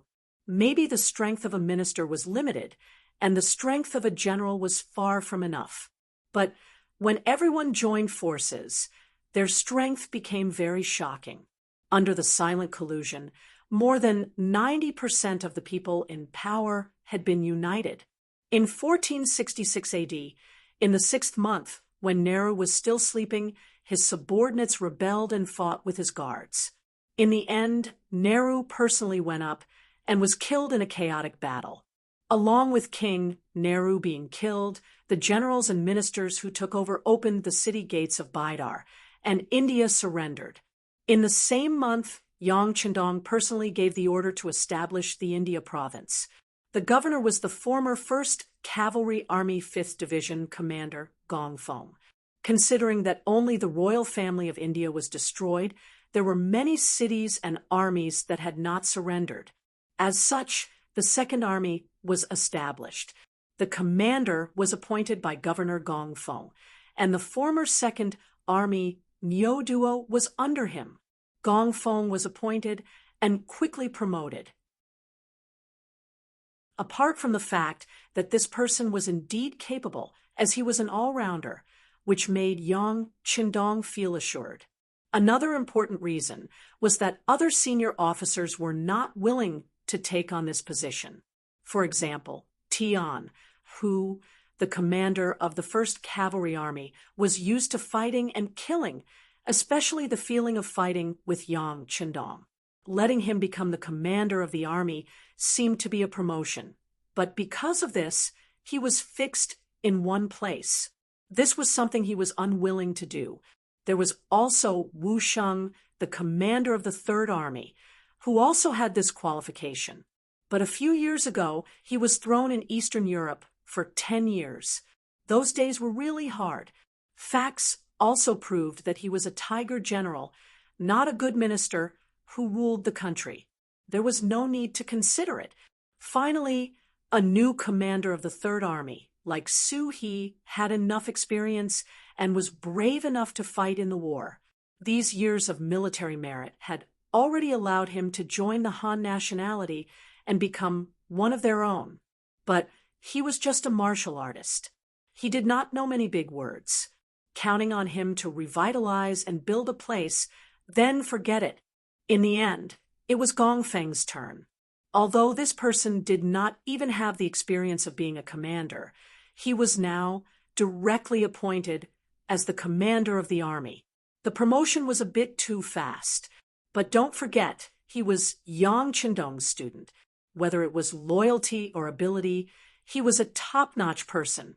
Since he had such an advantage, no one could say anything if he was promoted faster. Therefore, this heavy responsibility fell on Gongfeng's head. After receiving the appointment, he knelt in front of Yang Qindong with tears in his eyes. While thanking Yang Qindong for his kindness, he also said that he would do his best to pacify the whole of India and then seize the time to build and strive for self-sufficiency as soon as possible. He would do his part to strengthen Yang Qindong.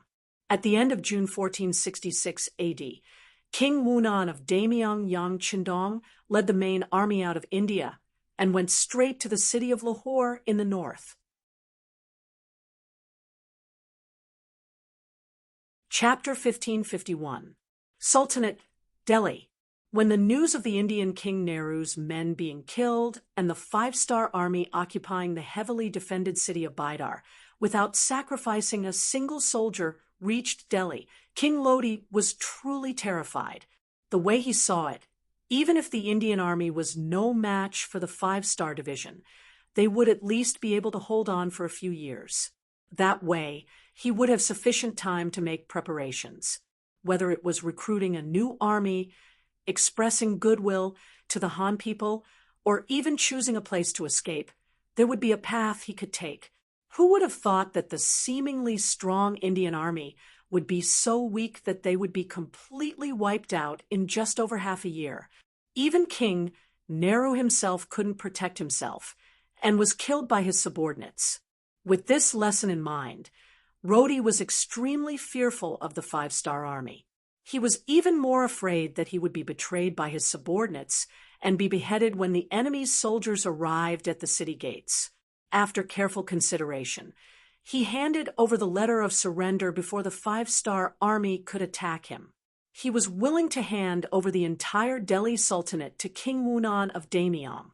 He only asked for a place to spend his remaining years in peace, and for the other party to spare his army and people. By the time Yang Qindong arrived at Lahore after spending nearly 2 months, the Sultan's letter of surrender had also arrived. Yang Qindong, of course, accepted it with a smile. He then led his army straight into the Sultanate and entered the capital of Delhi. Outside the city gates of Delhi, Rodi changed out of his royal robes and wore the plain clothes of a commoner.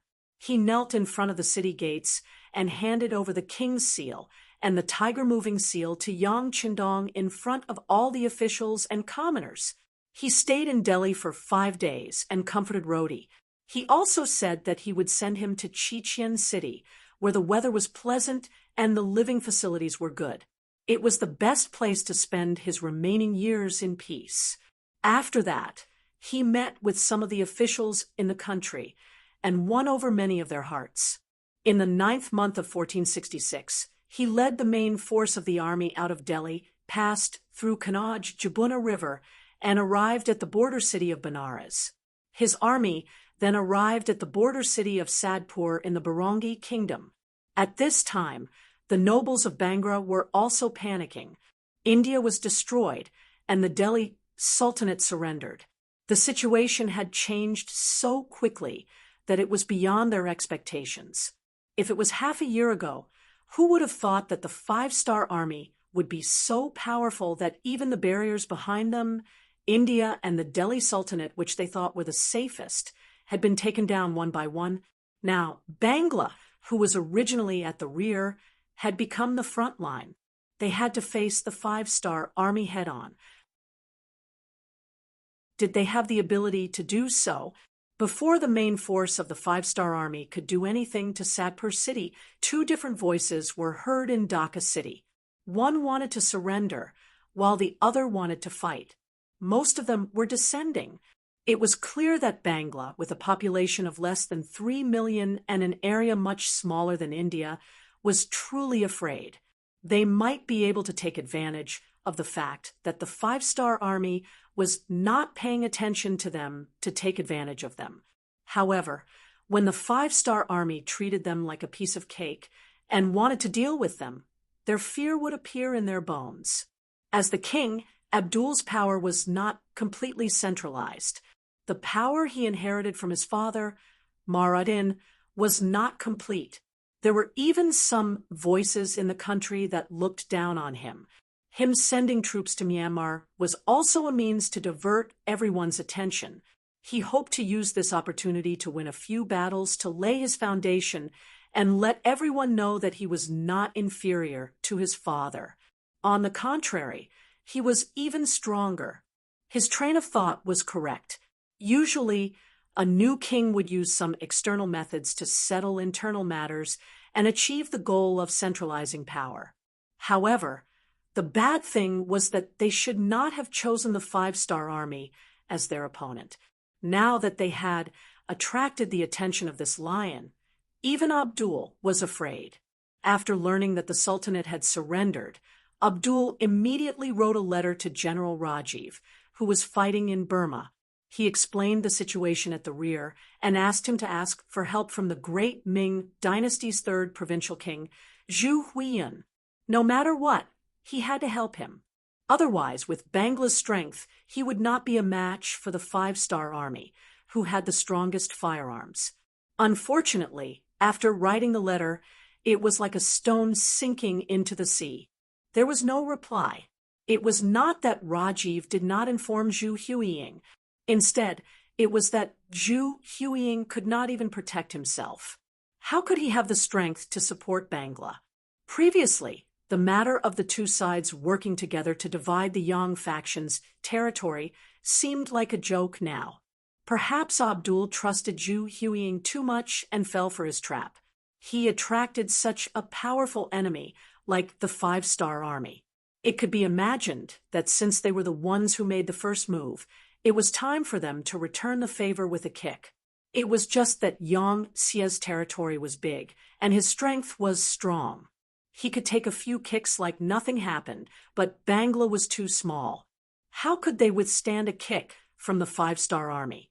Tell Zhu Huiyan that if he doesn't send reinforcements, I will also surrender to the five-star army, like the Sultan. At that time, I will also tell King Wu Nan of the great Ming dynasty about his previous promise. He can just wait to be burned by the flames of anger.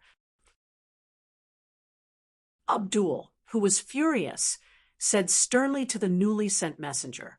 He just wanted to put on a threatening appearance. If he did not do so, he was afraid that Zhu Huiying would not help him with all his strength. But what Abdul did not expect was that this threat would cause him to lose his life in the end.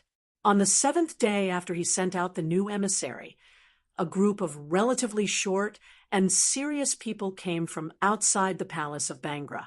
When they appeared at the back door of the palace, they were welcomed in.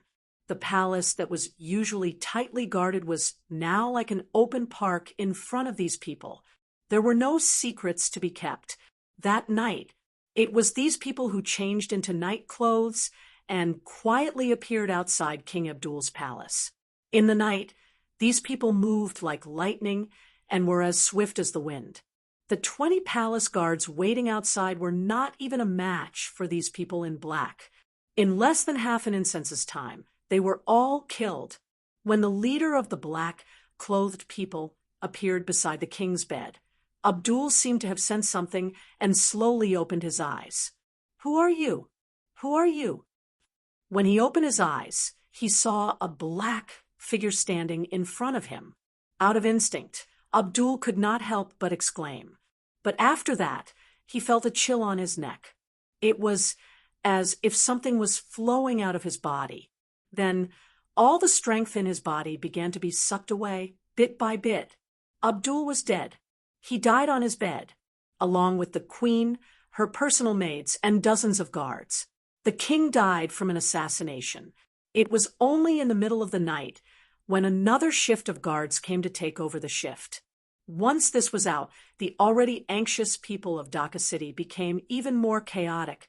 In the middle of the night, the entire palace was brightly lit. Many people were shouting to catch the assassins. But obviously, they did not even know the exact time of the king's death. How could they catch the assassins? And in less than an hour, a group of black figures left the palace. When they left, the leader of the black-clothed people stopped in his tracks. His eyes revealed a cruel and smug smile. Under the moonlight, one could see a pair of small triangular eyes. If Yang Chendong was here, he would definitely recognize him. He was one of the special ninjas of the Japanese Empire who was on his death list. Satpur City. When Yang Chendong led the 5-star army to the city, the general guarding the city sent out a messenger. The general idea was that the king intended to surrender, but what should he do? He still needed to discuss with the ministers, so he needed some time. He hoped that the 5-star army could wait for a few days. Facing the messenger, Yang Chendong did not feel anything wrong. India was destroyed just like that. The king of India died because of it. Then, the king of Delhi Sultanate surrendered. Now it was Bangla's turn. It was reasonable for them to choose to surrender. Yang Chendong could understand the situation. He told the messenger that he could wait for a few days. He didn't even threaten the other party to not play any tricks. Facing the 5-star army, who had absolute strength, delaying the battle for a few days wouldn't have any effect. So he wasn't worried that the other party would play such tricks. It should be that Abdul really needed time to discuss with the ministers. After all, the surrender of a country was not a small matter for a country. While waiting, 7 days passed. Satpur City's defense became even tighter. There were also many soldiers on the city tower. Although they knew that their arrows couldn't hit the 5-star army's camp 5 miles away from the city, the soldiers still drew their bows and put on an attitude of, "If you dare to come, I dare to shoot." The situation suddenly became tense. This naturally didn't escape the eyes of the scouts. When the situation was reported back to Yang Chendong, he was also confused. He couldn't understand why Bangla's soldiers suddenly became tough. Could it be that they have something to rely on? This doubt was quickly solved. Just like the intelligence personnel in India, the intelligence personnel in the small country of Bangla also didn't enjoy the treatment of having a radio station. So they used people to transmit the news, which made the news less effective. But in the end, the result was still in front of Yang Chendong. Abdul was assassinated. The king of a country was assassinated. It was no wonder that the soldiers of Bangla were so nervous. Who did it? After seeing this news, Yang Chendong's always confident eyes flashed with ruthlessness. You're tuning in to the Mystic Fist YouTube channel. Don't forget to subscribe and join us on this journey to catch the most captivating stories.